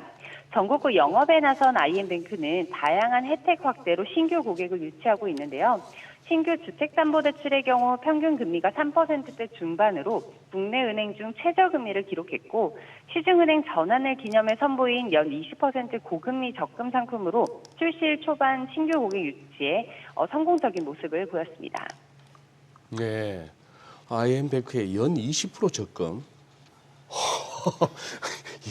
이게 가능한 수치입니까? 이게 지금 인기가 굉장하다고 들었는데 적금 만들기 위해서 은행 앱 오픈런을 하는 고객들도 많다는데 정말 이게 20%가 나오나요, 이게? 네, 그렇습니다. 최고 20%의 금리를 지급하는 단기 소액 적금 상품인 고객에게 진심이지 적금이 5일 오전 10시부터 32만 자 한도로 판매를 시작했는데요. 상품 가입은 IM뱅크 앱에서 가능합니다. 이번 상품은 60일 만기 자유적립식 정기적금이고 개인당 1인 1계좌로 가입이 가능합니다. 납입 가능 금액은 한 번에 100원에서 최대 5만 원까지 1일 1회 납입 가능으로 총 60회까지 납입할 수 있습니다.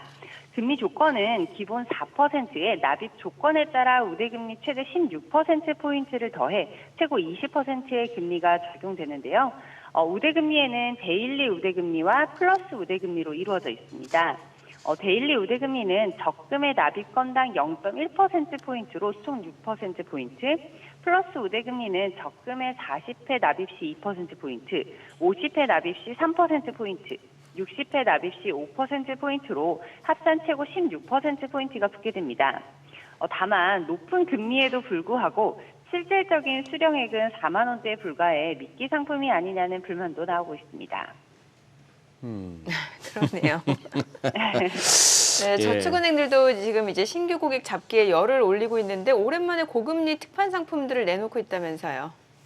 네, 그렇습니다. 불황 속 몸집 들이기에 나선 저축은행들이 고금리 특판 상품을 선보이고 있는데요. 최근 부동산 프로젝트 파이낸싱 부실에 따른 건전성 우려의 고객들이 이탈하자 다양한 상품과 고금리로 유동성 확보에 나선 것으로 풀이됩니다. 지난달 웰컴 저축은행은 연 10% 금리 혜택을 제공하는 아이사랑 정기적금을 리뉴얼해 출시했는데요.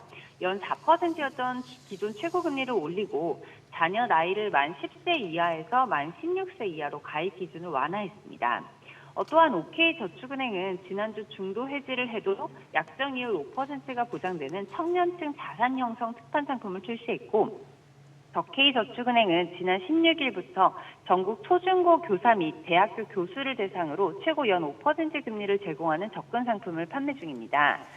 저축은행의 예적금 금리가 지난해보다 낮다는 평가가 나오지만 정기예금 금리가 연 4% 정도로 찍게 되면서 다시 시중은행보다 높은 금리를 제공하니 예테크 좁은 특판 상품들을 눈여겨보시면 좋을 듯합니다.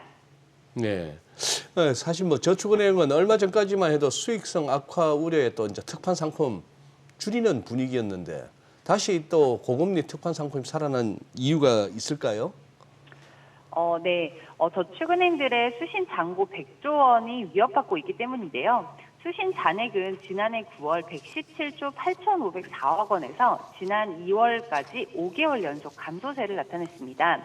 3월의 감소세는 멈췄지만 100조 원대를 겨우 유지하는 수준이고 3월 여신 잔액도 101조 3,777억 원으로 지난해 1월부터 14개월째 감소세를 이어가고 있습니다.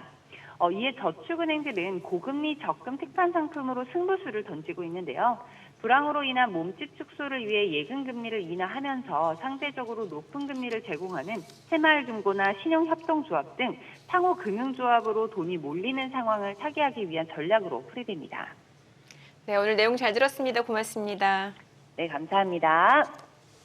수도권 광역 급행철도 GTX가 곳곳에 집값을 밀어올리고 있습니다. 그동안 크게 주목받지 못했던 지역도 이제 분위기가 많이 달라졌다고 하는데 최대 수혜주로 꼽히는 대표적인 도시가 이제 동탄입니다. 집값이 5개월 만에 무려 1억 원이 뛰었고 호가도 지금 부르는 게 값이라고 합니다. 네, 지금 가장 뜨거운 GTX 인근 부동산 시장 상황과 함께 또 경매로 눈여겨볼 것까지 이제 설춘환 교수님 모시고 살펴보도록 하겠습니다. 어서 오세요, 교수님. 어서 오세요. 네, 안녕하세요.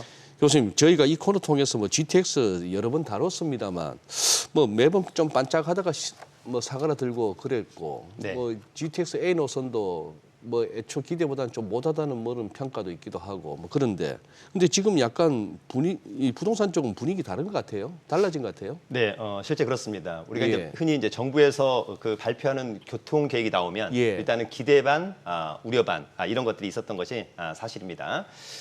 그러나 이제 실제로 그 이 GTX가 2009년도에 원래 이제 GTX 계획이 처음에 정부가 이제 발표가 됐고요. 네. 실제로 이제 한 16년이 지나서 첫 개통이 일단 되었다라고 하는 점이 있는데. 이런 이제 GTX 계획이 발표가 되고 나서 정말 많은 분들이 정말 될까? 또 언제 개통이 될까? 이런 또 기대감, 우려감, 아까도 말씀을 드렸다시피 이런 것들이 상당히 있었습니다만 지난 3월 30일 실제 GTX-A 물론 이제 일부 노선이지만 개통이 되었습니다. 사실상 이제 GTX 시대가 열렸다 이렇게 좀 이해하시면 좋을 것 같은데. 특히 이제 우리가 그 버스로 90분, 승용차로 70분 걸렸던 수서에서 동탄까지 20분으로 이제 단축되었다. 예. 이런 것들은 이제 사실상 교통의 혁신이라고 해도 과언은 아닐 것 같습니다. 추후에 이제 다른 GTX A 또 B, C 아무래도 이제 2030년 정도에 모두 이제 개통이 될 것으로 보입니다만 일단 서울을 포함해서 경기도 인천 이 GTX 역사가 생기는 곳들이 상당히 수혜를 입을 것으로 보입니다. 또한 실제 이 GTX-A 노선 수서에서 동탄역까지 개통이 돼서 그 역사가 생기는 곳들 특히 이제 성남역 일단 동탄역 개통이 됐는데요. 상당히 아파트 시장 또 일반 부동산 시장 상당히 온기가 퍼져 있고 6월에 개통 예정인 용인 구성도 기대감도 좋습니다만 현재 시세도 상당히 좋은 것 같습니다. 예. 최근 GTX 예정지 인근으로 신고가 아파트들 많이 나온다면서요. 네, 맞습니다. 실제로 이제 현재 서울과 경기, 인천에서 일단 입지가 좋고 10년 차 이내의 신축 아파트들의 신고가가 약간 속출하고 있다. 그 가격 상승의 원인 중에 일단 GTX역 개통 이슈도 한몫했다라고 보는 것이 좀 타당해 보이는데요. 특히 이제 GTX 개통에 가장 큰 수혜를 입는 곳은 우리가 이제 GTX역이 서울, 경기, 인천이 있습니다만 오히려 서울보다는 경기도하고 인천이 예. 상당히 이제 수혜를 입을 것으로 보입니다. 특히 이제 우리가 이제 A 노선 같은 경우에는 이를테면 이제 파주 운정이라든지 킨텍스 올 12월 달에 이제 개통이 되거든요. 예. 상당히 수혜를 입을 것으로 보이고 또 이제 밑에 쪽에는 아무래도 용인과 동탄 상당히 수혜를 입을 것으로 보입니다. 더불어서 이를테면 B 노선 같은 경우에도 이를테면 송도하고 인천시장, 인천시청역, 그다음에 별내와 이를테면 평내 호평, 마석 상당히 좀 수혜를 입을 것으로 보이고 마지막으로 이제 C 노선 같은 경우에도 양주 덕정이나 의정부, 금정이나 수원역 같은 경우가 수혜를 입을 것으로 보이는데 그 각각의 수혜역에 또 유망한 그 단지들이 있습니다. 그래서 한번 좀 보면 먼저 이제 GTX-A를 먼저 보면요. 특히 이제 처음에 보면 성남역이 생기는 분당 이매동의 아름마을. 지금 현재 이 아파트가 전용 면적이 84.8제곱미터인데 작년에 한 9억 7천에 매매가 됐던 것이 올해 벌써 12억 4,500. 거의 뭐 30% 이상 급등했다. 보면 좋을 것 같고요. 특히 이제 여기는 성남역이 개통돼서 도보 7분 거리에 이를테면 역세권의 아파트라고 하는 점은 상당히 강점으로 보이고요. 그다음에 이제 동탄의 동탄역 롯데캐슬. 사실 이제 동탄의 가장 대장 아파트는 바로 이 롯데캐슬입니다. 바로 뭐 초역세권이죠. 전용 면적이 102제곱미터인데 작년에 21억. 이미 이제 많이 올랐는데 올해 이제 22억까지 또 신고가를 기록하기도 했고요. 그다음에 이제 화성 영천 센트럴 예미지 아파트인데 전용이 96.9제곱미터. 작년에 7억 4천에 매매가 됐는데 벌써 이제 올해 9억 6,500. 조만간 이제 아마 10억을 찍을 것으로 보입니다. 더불어서 GTX B도 한번 좀 보면 좋은데요. GTX 이제 B 노선의 수혜 단지는 먼저 이제 남양주 별내. 이게 첫 번째는 이제 별내 더샵 아파트가 있습니다. 전용 면적이 128.3제곱미터인데 작년에 7억 9천에 매매가 됐었는데 올해 이제 8억 6,300 신고가를 기록했고요. 또 옆에 이제 별내동에 아이파크 2차 아파트가 있습니다. 일단 이 2차 아파트는 뭐 GTX B 노선도 수혜가 됩니다만 어쨌거나 4호선 연장선이 이미 개통이 됐기 때문에 전용 면적 84.8제곱미터인데 작년에 6억 원의 거래가 됐는데 역시 이제 올해 8억 2,500 거의 뭐 40% 이상 급등했다라고 보여지고요. 마지막으로 서울에서 좀 멉니다만 평내 호평역이 있습니다. 이제 이미 경춘선이 있는데요. 추후에 이제 GTX B 노선이 개통이 된다라고 하면 또 상당히 수혜가 예상되는데 85제곱미터가 작년도 4억 5천. 근데 벌써 올해 6억 4천만 원까지 이제 이미 신고가를 찍었다. 도보에서 한 5분 거리.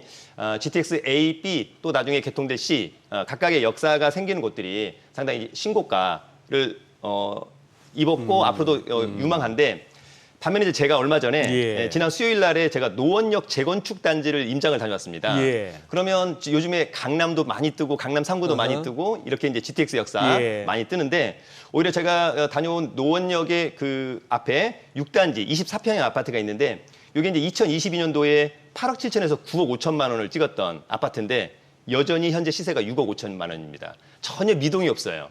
그러니까 어찌 보면 약간 좀 부익부 빈익빈. 그러니까 재건축에 대한 기대감이 이를테면 강북 지역에서는 별로 없구나 이런 부분을 좀 느끼는 그런 부분이 또 있었습니다. 그런 부분이. 네. 그런데 지금 교수님. 네. 도보로 한 15분, 20분이면 이거 걸어야 됩니까? 버스나 마을버스를 타야 됩니까, 이거?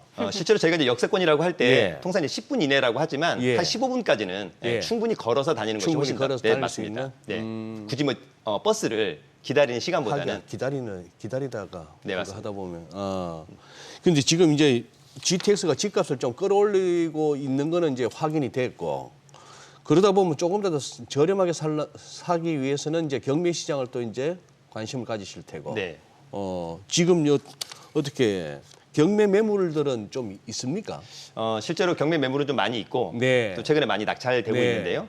어쨌거나 지금 최근에 그 GTX A 노선 개통 영향으로 화성시 같은 경우가 일단 아파트 이름에 무조건 동탄을 넣으려고 하는 그런 추세가 있습니다. 과거에 이제 예. 우리가 이제 뭐 마곡이 생기면 예. 근처에 아파트가 마곡 그 이름을 달면 예. 가격이 많이 떴지 않습니까? 그래서 막상 지금 현재 동탄역 근처에 가면 좀 아파트 이름에 동탄이라고 하는 것을 좀 이름을 넣고 싶다 이런 분들이 좀 상당히 많이 있는 것 같고 최근에 이제 동탄역 근처의 아파트의 낙찰 사례를 보면 거의 뭐 입찰 경쟁률은 뭐 한 10대 1을 넘어가고 있고요. 낙찰가율도 거의 뭐 95%를 넘어가고 있다. 특히 이제 동탄 같은 경우에는 이번에 그 GTX-A 노선의 개통도 상당히 중요합니다만 앞으로 이제 인덕원에서 동탄까지 동인선도도 생길 거고요. 그다음에 뭐 반도체 등 일자리도 예. 상당히 많다. 그래서 앞으로 동탄은 가격이 상당히 강세를 좀 보일 것으로 보이는데 그중에서도 어쨌거나 내가 내 집 마련 또는 뭐 투자용으로 아파트를 좀 매수하고 싶다, 네. 낙찰받고 싶다. 이런 분들이 가장 선호하는 것이 바로 첫 번째 요건이 역세권입니다. 그러니까 GTX가 됐던 뭐 이를테면 동인선이 됐던 뭐 지하철이 됐던 그런 부분들이 될 건데 앞으로 이렇게 GTX역처럼 새로 생길 곳들에 대한 또 관심도 상당히 많습니다. 조만간 개통될 뭐 신안산선, 네. 그다음에 8호선 연장선 이런 역세권들이 상당히 좀 각광을 많이 받고 있는데 그중에서도 최근에 그 GTX 인근 지역 경매 매물 상황을 잠깐 좀 보면요. 첫 번째는 그 동탄역의 동원 로얄 듀크 비스타 3차 전용 면적이 95제곱미터였는데 감정가가 9억 7,800만 원. 그런데 경쟁률이 무려 31대 1. 상당하죠. 낙찰가는 10억 9,500만 원. 낙찰가율을 100% 넘긴 그런 부분들. 그래서 최근에 이제 동탄의 인기가 얼마나 많은가를 사실 단적으로 보여준 예. 사례라고 보시면 좋을 것 같고요. 옆에 이제 성남역의 임해동의 아름마을. 성남역의 임해동의 아름마을은 이제 성남역이 있는 곳이고 앞으로 이제 이곳은 또 어찌 보면 경강선 또는 신분당선 함께 있어서 상당히 좋았는데 전용 면적이 이제 132제곱미터, 감정가는 15억 원이었는데 경쟁률이 26대 1. 사실 이제 우리가 그 전용 면적 100제곱미터 이하는 상당히 인기가 많은데 사실 132제곱미터는 조금 크다. 그래서 경쟁률이 한 10대 1 정도가 좀 높은 편인데 지금 이번 아파트는 26대 1. 그리고 낙찰가도 거의 뭐 감정가 수준에 육박하고 네. 있다. 그래서 그만큼 이 GTX역 이를테면 호재가 사실상 낙찰가율로 반영되고 있다. 이렇게 좀 보시면 좋을 것 같습니다. 근데 사실 이게 GTX 이용하는 사람이 그렇게 많지는 않다면서 아직까지는.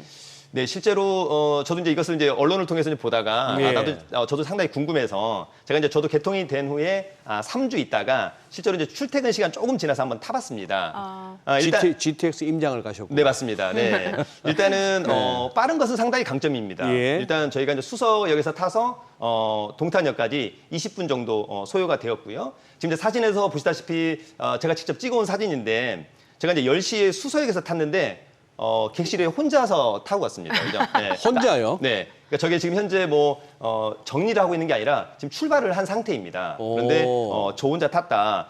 그만큼 이를테면 이용 객수가 거의 없다라고 하는 그런 부분이 있는 것 같습니다. 물론 이제 출퇴근 시간이 조금 있는데 10시에 이 정도라고 한다면 조금 아쉽다라고 하는 그런 부분이 있는 것 같습니다. 교수님 보시기에 제일 큰 이유가 뭡니까? 일단 접근성입니까? 네, 접근성입니다. 일단 가장 중요한 것은 제가 이제 동탄에 사는 분들한테 한번 여쭤봤어요. 예. 서울에 이제 출퇴근하는 예. 하는 분들. 예. 그래서 GTX-A 노선 개통됐는데 이거를 많이 이용하냐? 일단 이용을 하지 않는다. 이걸 이용하는 분들은 어떤 분들이냐면요. 실제 동탄역에 살고 오히려 직장이 수서 또는 3호선 라인이면 굉장히 좋은데 오히려 나는 뭐 이를테면 서울역에 가야 된다 또는 뭐 광화문이나 삼성역에 가야 된다라고 한다면 오히려 이걸 타는 것보다는 오히려 광역버스가 훨씬 더 편리하다라고 하는 거예요. 그래서 오히려 이걸 타러 가는 시간, 거기서 또 갈아타는 시간들이 바로 옆에 안 계시면 또 저 동탄 GTX역까지 가는 시간도 만만찮을 거 맞습니다. 아니에요. 그런 부분들이 이제 일단 상당히 좀 그런 부분이 있는 것 같고요.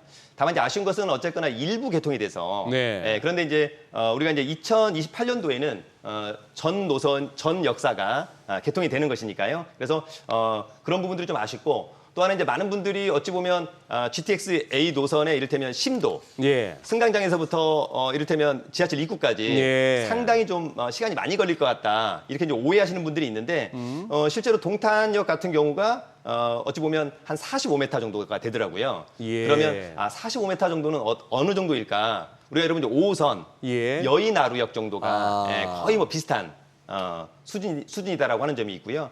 실제로 이제 우리가 그 지하철 타다 보면 사실 가장 좀 깊다 이런 느낌은 오히려 서해선이 가장 깊습니다. 그러니까 이를테면 이제 김포공항역에서 한번 타면 거기는 뭐 거의 83m니까 오히려 동탄역의 더블 엄청 깊다. 저기는요, 공항철도 서울역은요. 그 정도는 아닌가요? 그 정도는 아닌 것 같습니다. 한 4, 50m 정도. 거기도 엘리베이터 이용 안 하고 에스컬레이터 타면 지엽도로 올라가는데. 네, 한 6층 정도 되는 거니까 비슷할 것 같고. 네, 그렇습니다. 그렇구나. 그러면 이렇게 되면 GTX가 호재 맞느냐 이런 어떤 의문도 생기겠는데요. 현장 분위기는 어떻습니까? 네, 일단 뭐 GTX는 일단 무조건 호재는 맞습니다. 무조건 호재는 맞습니다. 네. 다만 이제 우리가 부동산을 투자할 때 가장 중요한 것은 이제 가격에 대한 리스크를 사실 이제 굉장히 많이 좀 회피를 좀 하고 가야 될 것으로 보이는데 우리가 이제 사실 일반 매매를 하게 된다고 한다면 이제 부동산 시장을 상당히 좀 주목해서 봐야 될 것 같습니다. 부동산의 흐름이 어떻게 될 거냐, 뭐 금리가 또는 뭐 수급 상황이, 정부 정책 이런 것들을 이제 모두 고려를 해야 되는데 사실 경매 같은 경우에는 우리가 이제 시세보다 한 뭐 최소한 10% 20% 싸게 낙찰을 받는다라고 한다면 그러한 어떤 가격 리스크는 우리가 충분히 회피할 수 있지 않느냐 이런 생각을 좀 들고요. 최근에 이제 우리가 그 동탄 같은 경우에 경매 나오는 이제 아파트를 보면 우리가 이제 그 경부고속도로가 있어요. 경부고속도로를 보고 이제 우측이 동동탄, 왼쪽이 이제 서동탄이 되는 건데 아무래도 이제 동동탄이 서동탄보다는 훨씬 더 인기가 많습니다. 왜냐하면 훨씬 더 신축의 아파트가 있을 것 같고 그 다음에 동탄역이 그쪽에 생겼고 롯데백화점도 있기 때문에 오히려 동동탄이 인기가 좀 많은데 먼저 이제 그 경매 매물을 좀 보면요. 먼저 이제 동동탄역 근처에 동동탄 근처에 먼저 영천동에 그 동탄역 센트럴 예미지가 있습니다. 경매 나왔습니다. 여기 이제 36평형 아파트인데 전용이 29평이고요. 감정가는 10억인데 한 번 유찰된 최저가는 7억 원. 현재 실거래가가 한 9억 6,500 정도 하고 있고 매물이 별로 없습니다. 그래서 따라서 이런 아파트를 이번에 한 8억 5천만 원 이하에서 낙찰을 받는다면 저는 상당히 매력적이다. 이렇게 좀 보고요. 두 번째는 서동탄. 반송동의 시범 다음 마을 포스코 더샵 아파트가 있는데 여기 이제 33평형 아파트입니다. 감정가는 6억 7,800. 한 번 유찰된 최저 매각 가격이 4억 7,800. 최근 실거래가가 9층이 6억 5천에 된 사례가 있거든요. 따라서 이번 아파트도 한 5억 5천만 원 이하에서 낙찰을 받는다면 상당히 매력적이라고 봅니다. 다만 이제 여러분들이 항상 이런 경매 매물이 있을 때 이런 그냥 방송을 보고 무조건 뭐 입찰을 한다거나 이러시면 안 되고 반드시 본인 스스로가 물건에 대한 분석, 권리 분석은 좀 꼼꼼하게 한번 좀 체크를 해봐야 되는데 이 두 건의 아파트는 제가 다녀왔습니다만 특별한 하자는 없어 보인다. 그래서 다시 한 번만 체크하고 적절한 가격에 입찰을 해도 무방해 보입니다. 그럼 동탄역 근처 그 수익형 부동산 있잖아요. 뭐 오피스텔이라든지 상가 이쪽은 어때요? 일단 수익형 상가는 상당히 힘들다. 요즘에 뭐 천국지역 오가잖아요. 네, 맞습니다. 단적으로 일단 우리가 이제 이런 뭐 이를테면 상가나 오피스텔이나 지식산업 센터가 상당히 좀 좋지 않은 건 사실인데 문제는 가성비가 중요합니다. 그러니까 뭐 이를테면 우리가 기본적으로 현재 동탄에 상가가 상당히 어렵습니다. 여전히 공실이 상당히 많다. 오피스텔도 오히려 공급이 많지 않아서 그렇지 일단은 공실도 좀 있는 것 같고요. 특히 이제 가장 큰 문제는 우리가 흔히 얘기하는 아파트형 공장, 일명 이제 지산이라고 하는 건데 최근에 이 지산의 공급이 엄청나다. 그래서 공실에 수익률도 좀 맞지 않는 것 같고요. 제가 이제 가보니까 지금 분양가 4억 원 했던 게 월세가 100만 원에도 맞춰지지 않는다라고 하는 점. 예, 사실 4억 원짜리가 월세가 100만 원 나온다고 하면 연 수익률이 3%인데 이것도 여전히 상당히 좀 문제가 있는 것 같고요.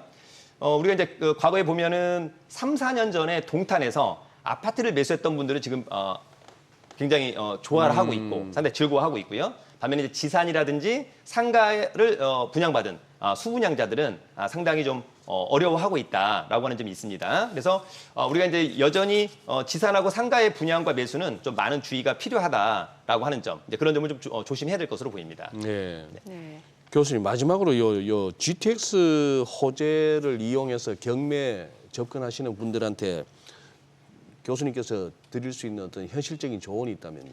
네, 일단 개인적으로는 어쨌거나 네. GTX A, B, C는 네. 어쨌거나 확정이 되었고 2028년도 내지는 2030년도에 모두 개통이 된다라고 하는 점은 상당히 강점으로 보입니다. 그런데 지금 이제 최근에 나온 GTX A, B, C를 제외한 예. D, E, F 이런 이야기가 나오고 있어요. 예. 이미 많은 분들은 GTX D, E, F도 곧 될 거다라고 생각하는 분들이 상당히 많은데 앞서 얘기한 GTX A 노선 같은 경우가 이를테면 16년 걸려서 일부가 개통이 됐습니다. 그럼 오히려 D, E, F는 앞으로 예타 등등해서 상당한 시간이 걸린다. 그래서 막연히 그냥 GTX 여기 생기는 거니까 네. 무조건 호재라고 생각하고 무조건 높은 가격에 들어가는 것은 좀 조심해야 될 것으로 보이고요. 마지막으로 이제 우리가 부동산 투자를 할 때 네. 손품과 발품을 좀 잘 풀어야 된다. 그러니까 막연히 그냥 요즘 시세가 높다라고 하니까 오히려 고가에 잡았을 때 아까 얘기한 노원처럼 지금 상당히 좀 피해를 보는 영끌적도 상당히 많습니다. 그래서 오히려 좀 차분한 대응이 좀 필요하지 않는가 그런 생각이 듭니다. 다들 네. 온라인 시대지만 여기는 손품과 발품이 아직 필요하군요. 네, 중요합니다. 네. 네, 오늘 내용 잘 들었습니다. 예, 고맙습니다. 감사합니다. 감사합니다. 아니 오늘 시장은 전체적으로 좀 힘이 없는데 날아가는 종목들이 많네요. 혜태제과 식품 지금 상한가고 빙그레 롯데웰프되고 빙과류잖아요. 오늘 막 25% 뭐 18% 급등하네요. 그럼 오뚜기도 오르나요? 혹시? 오뚜기요? 오뚜기까지 제가 체크를 못했는데 삼양식품은 가네요. 삼양식품은 가고. 네. 예. 정말 종목 장세네요. 종목 장세입니다. 네. 네. 저희 방송 중에 전해드린 내용과 관련해서 모든 투자 판단의 책임은 투자자분들께 있다는 점 알려드립니다. 네, 세상의 모든 돈 되는 정보 재테크노와 머니쇼 오늘은 여기서 인사드리겠습니다. 저희는 내일 오전 8시에 찾아뵙겠습니다. 고맙습니다.